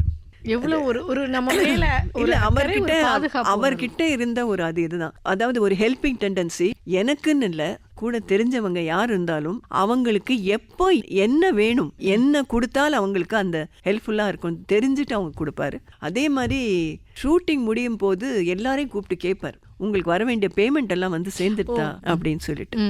எனக்கு ஒரு அந்த மாதிரி இது வந்து ஊருக்கு உழைப்பவர் வந்து வீனஸ் பிக்சர்ஸ் படத்தில் நான் ஒர்க் பண்ணேன். என்னை கூப்பிட்டு கேட்டப்போ எனக்கு அது சரியாக வரல அப்படிங்கிறத சொன்னேன். ஏன்னாக்கா அந்த வீனஸ் பிக்சர்ஸ் வந்து என்னுடைய சொந்த படமான அவளுக்கு நிகர் அவளை படத்தில் வந்து அவங்க ஃபைனான்ஸ் பண்ணியிருந்தாங்க. அந்த ஃபைனான்ஸ் பண்ண படத்துக்கும் அந்த படம் வந்து பிரச்சனையாகி நஷ்டத்தில் போயிடுது. அந்த பணத்துக்கும் இந்த ஆக்ட் பண்ண பணத்துக்கும் ஈக்குவல் பண்ணிக்கலாம், சரி பண்ணிக்கலாம் அப்படின்னு அவங்க பிளான் போட்டிருந்தாங்க. உடனே எம்ஜிஆர் சார் கூப்பிட்டு சொல்லி அதெல்லாம் பண்ணக்கூடாது, இது வேற அது வேற, வேலை பண்ணதுக்கு நீ பணம் செட்டில் பண்ண. அதே மாதிரி இன்னும் இவங்க குமாரி பத்மினின்னு சொல்லிட்டு ஒருத்தவங்க, அவங்க அதில் அந்த படத்தில் நடிச்சிருந்தாங்க. அவங்களுக்கும் ஏதோ பேமெண்ட் இஷ்யூ இருந்தது. அதுவும் இந்த மாதிரி யாருக்கு என்ன உண்டோ அதெல்லாம் அந்த ஹெல்பிங் டெண்டன்சி நிச்சயமா அவர்கிட்ட இருந்து நம்ம எல்லாருமே கத்துக்க வேண்டிய ஒரு விஷயம்தான். இப்போ கிட்டத்தட்ட நம்ம இந்த ப்ரோக்ராம் எண்டுக்கு வந்துட்டோம்னு நினைக்கிறேன். இப்போ ஒரு கேரக்டரா இப்போ நீங்க சொன்னீங்க, எங்கனாலும் வந்து அந்த தேவதாஸ் படம் பார்க்கும்போது வந்து நான் நிறுத்தி அது டூரிங் கோட்டாயா இருந்தாலும் பார்த்துருவேன்னு சொல்லிட்டு, அது ஒரு கேரக்டரோ இல்ல அந்த ஒரு நடிகர் உங்களுக்கு பிடிச்சிருந்ததுனால, நடிகர்ல அந்த டோட்டல் அந்த ஸ்டோரி படம் அந்த மாதிரி நிறைய இருக்கும் நமக்கு பிடிச்சதுன்னு சொல்லி. ஆனா நீங்க இந்த இடத்துல வந்து வினிராடை நிர்மலா அம்மாவா இல்லாம சாந்தி அப்படின்ற ஒரு ஹியூமன் பீயிங்கா நீங்க நடிச்ச படத்தையே விரும்பி பார்க்கறதா இருந்தா ஒரு கேரக்டர் அப்படின்னு சொன்னா நீங்க எதை சொல்ல விரும்புறீங்க? நீங்க தனியா நின்றணும் அந்த இடத்துல, நீங்க ஸ்கிரீன்ல இல்ல, அது வேற ஒரு ஆளு அப்படின்னா, நீங்க நிறைய நடிச்சிருக்கீங்க, எந்த கேரக்டர் உங்களுக்கு அப்படி அப்ரிஷியேட் பண்ற மாதிரி இருக்கும்? எனக்கு அப்படி நடிச்சதுல வந்து எனக்கு ரொம்ப பிடிச்சிருந்தது லக்ஷ்மி கல்யாணம் கேரக்டர். ஏன்னா அது வந்து கொஞ்சம் என்னுடைய கேரக்டர் மாதிரி இருக்கும். அதாவது அடங்கி போறது, அதாவது அம்மாவை கூட ஒரே ஒரு சீன்ல தான் எதிர்த்து பேசுற மாதிரி, எதிர்த்த மாதிரி இருக்கும், அந்த மாதிரி இருக்கும். அந்த மாதிரி ஒரு பொண்ணு அந்த ஊர்ல இருக்கிற ஒரு வில்லனால அந்த கல்யாணம் நின்று போயிட்டே இருக்கும். அந்த மாதிரி ஒரு கேரக்டர் இருந்ததுன்னாக்கா ரொம்ப அது மனசுக்கு இதாகக்கூடிய ஒரு சூழல் தான். ஆனா நீங்க அதை இப்பவும் வந்து தனியா நீங்க தான் நடிச்சிருக்கீங்க, ஆனா அதை நீங்க ரொம்ப ரசிக்கிறீங்க இல்லையா? ஆமா, நிச்சயமா. ஏன்னா அதுல வந்து அந்த ராமனெத்தனை ராமனடி பாட்டு, அது வந்து அந்த ஷூட்டிங்ல ஒர்க் பண்ணச்ச அநேகமா நிறைய நாட்கள் அந்த கல்யாண பொண்ணு வேஷத்துல ஏற்பேனா. முன்னெல்லாம் ஸ்டுடியோல தானே ஷூட்டிங் நடக்கும். ஒரு ஃப்ளோர்ல ஷூட்டிங் நடக்குதுனாக்கா பக்கத்து ஃப்ளோர் அந்த இதுல எல்லாம் வேற வேற ஆர்டிஸ்ட் எல்லாம் இருப்பாங்க. KR விஜயம்மா, சிவாஜி சாரு, எப்பதான் உன் கல்யாணம் முடிஞ்சு நீ எப்பதான் கெட்டப்ல இருந்து மாறுவேன் அப்படின்னு நித்தம் மணாளர் மாதிரிதான், நித்திய கல்யாணி. அதான் பரவாயில்ல, நிறைய கேரக்டர்ஸ் நீங்க பண்ணிருக்கீங்க. இருந்தா கூட இதை இப்ப நீங்க சொல்றீங்க இல்லையா, அப்ப அந்த அளவுக்கு உங்களுக்கு இருந்திருக்கு இல்லையா அந்த ரசிப்பு தன்மை. நான் நடிச்சேன்றதை தாண்டி அந்த கதாபாத்திரம் அது உங்க மனசுக்குள்ள நிறைஞ்சு நிற்குது. வாழ்த்துக்கள்மா. இந்த நிகழ்ச்சி எனக்குள் நான் நிறைய இந்த மாதிரி சுய பரிசோதனை நாம தினம் தினம் பண்ணதான் நாம வந்து நம்மளை அறிய முடியும், திருத்திக்க முடியும். நிறைய வாய்ப்புகள் நமக்கு வந்து இந்த பிரபஞ்சம் நமக்கு கொடுத்துட்டு இருக்குது, அதை பயன்படுத்தவும் முடியும். கேட்டுட்டு இருக்கிற எங்களுடைய வித் பாரதி நேயர்களுக்கு நீங்க என்ன சொல்ல விரும்புறீங்க? ஒரே ஒரு விஷயம் நான் சொல்லணும்னு விரும்புகிறேன். முக்கியமாக பெண்கள், அவங்களுக்கு வந்து தன்னம்பிக்கை வேணும், தைரியம் வேணும். ஏன்னா அவங்கள தான் முதல்ல வந்து தன்னம்பிக்கை இல்லாமல் ஒரு தைரியம் இல்லாமல் ஆக்குறது, அவங்க பேரில் வந்து ஏதாவது ஒரு பழிய போடுறது, இல்லாத ஒரு பேரை கொடுக்கறது, அவங்க செய்யாத தப்பை அவங்க மேலே சுமத்துறது, இந்த மாதிரி போட்டு அவங்கள உட்கார வைக்கிறது, மூளையில் உட்கார வைக்கிறது. இந்த மாதிரி ஒரு இதுக்கு நிச்சயமாக அவங்க காது கொடுத்து கேட்கக்கூடாது. அதுக்கு வந்து ஒரு வேல்யூ கிடையாது. முதல்ல அவங்க வீட்டில் போய் பார்த்தாங்களா, அவங்க வீட்டில் என்ன நடக்குதுன்னு பார்த்தாங்களா, நம்ம பற்றி பேசுகிறாங்களே, யார் வேணா இது வேணா பேசிட்டு போகட்டும், எனக்கு இது சரின்னு தோன்றுது, நான் இதை செய்வேன், என் வாழ்க்கையில நான் முன்னேறுவேன், இது என் வாழ்க்கை, யாரும் அதை கெடுக்க முடியாது அப்படிங்கிற தன்னம்பிக்கை வேணும். நான் செய்யறது கரெக்ட், நான் என்னால செய்ய முடியும், அந்த நம்பிக்கை வேணும். ஒவ்வொரு பொண்ணும் சாதனை படைச்சு சாதனையாளரா வரணும். அதுதான். சரி, நன்றிமா, வாழ்த்துக்கள். அதாவது எல்லாருக்குமான ஒரு நிகழ்ச்சி தான், ஆனாலும் கூட குறிப்பா பெண்களுக்கு நீங்க சொன்ன இந்த ஒரு வரிகள். ஆமா, பலவீனப்படுறாங்க அப்படிங்கறத தெரிஞ்சுக்கிட்டு பலவீனப்படுத்துறது மறுபடியும். நிச்சயமா அது கேட்டுட்டு இருக்கிற எல்லா நேயர்களுக்குமே ஒரு நல்ல ஒரு உற்சாகமான ஒரு உத்வேகமான வார்த்தைகளா இருக்கும் அப்படின்னு நான் நம்புறேன். சரி, இவ்வளோ நேரம் எங்களுக்காக இந்த நிகழ்ச்சியில உங்களுடைய இந்த ஒரு மனம் திறந்த தேடல் பகிர்வு எல்லா நேயர்களுக்கும் ஒரு நல்ல ஒரு விருந்தா அமைஞ்சிருக்கும் அப்படின்னு நம்புறோம். இதே நம்பிக்கையோட வாழ்த்துக்களும் வணக்கமும் நன்றிகளும்மா.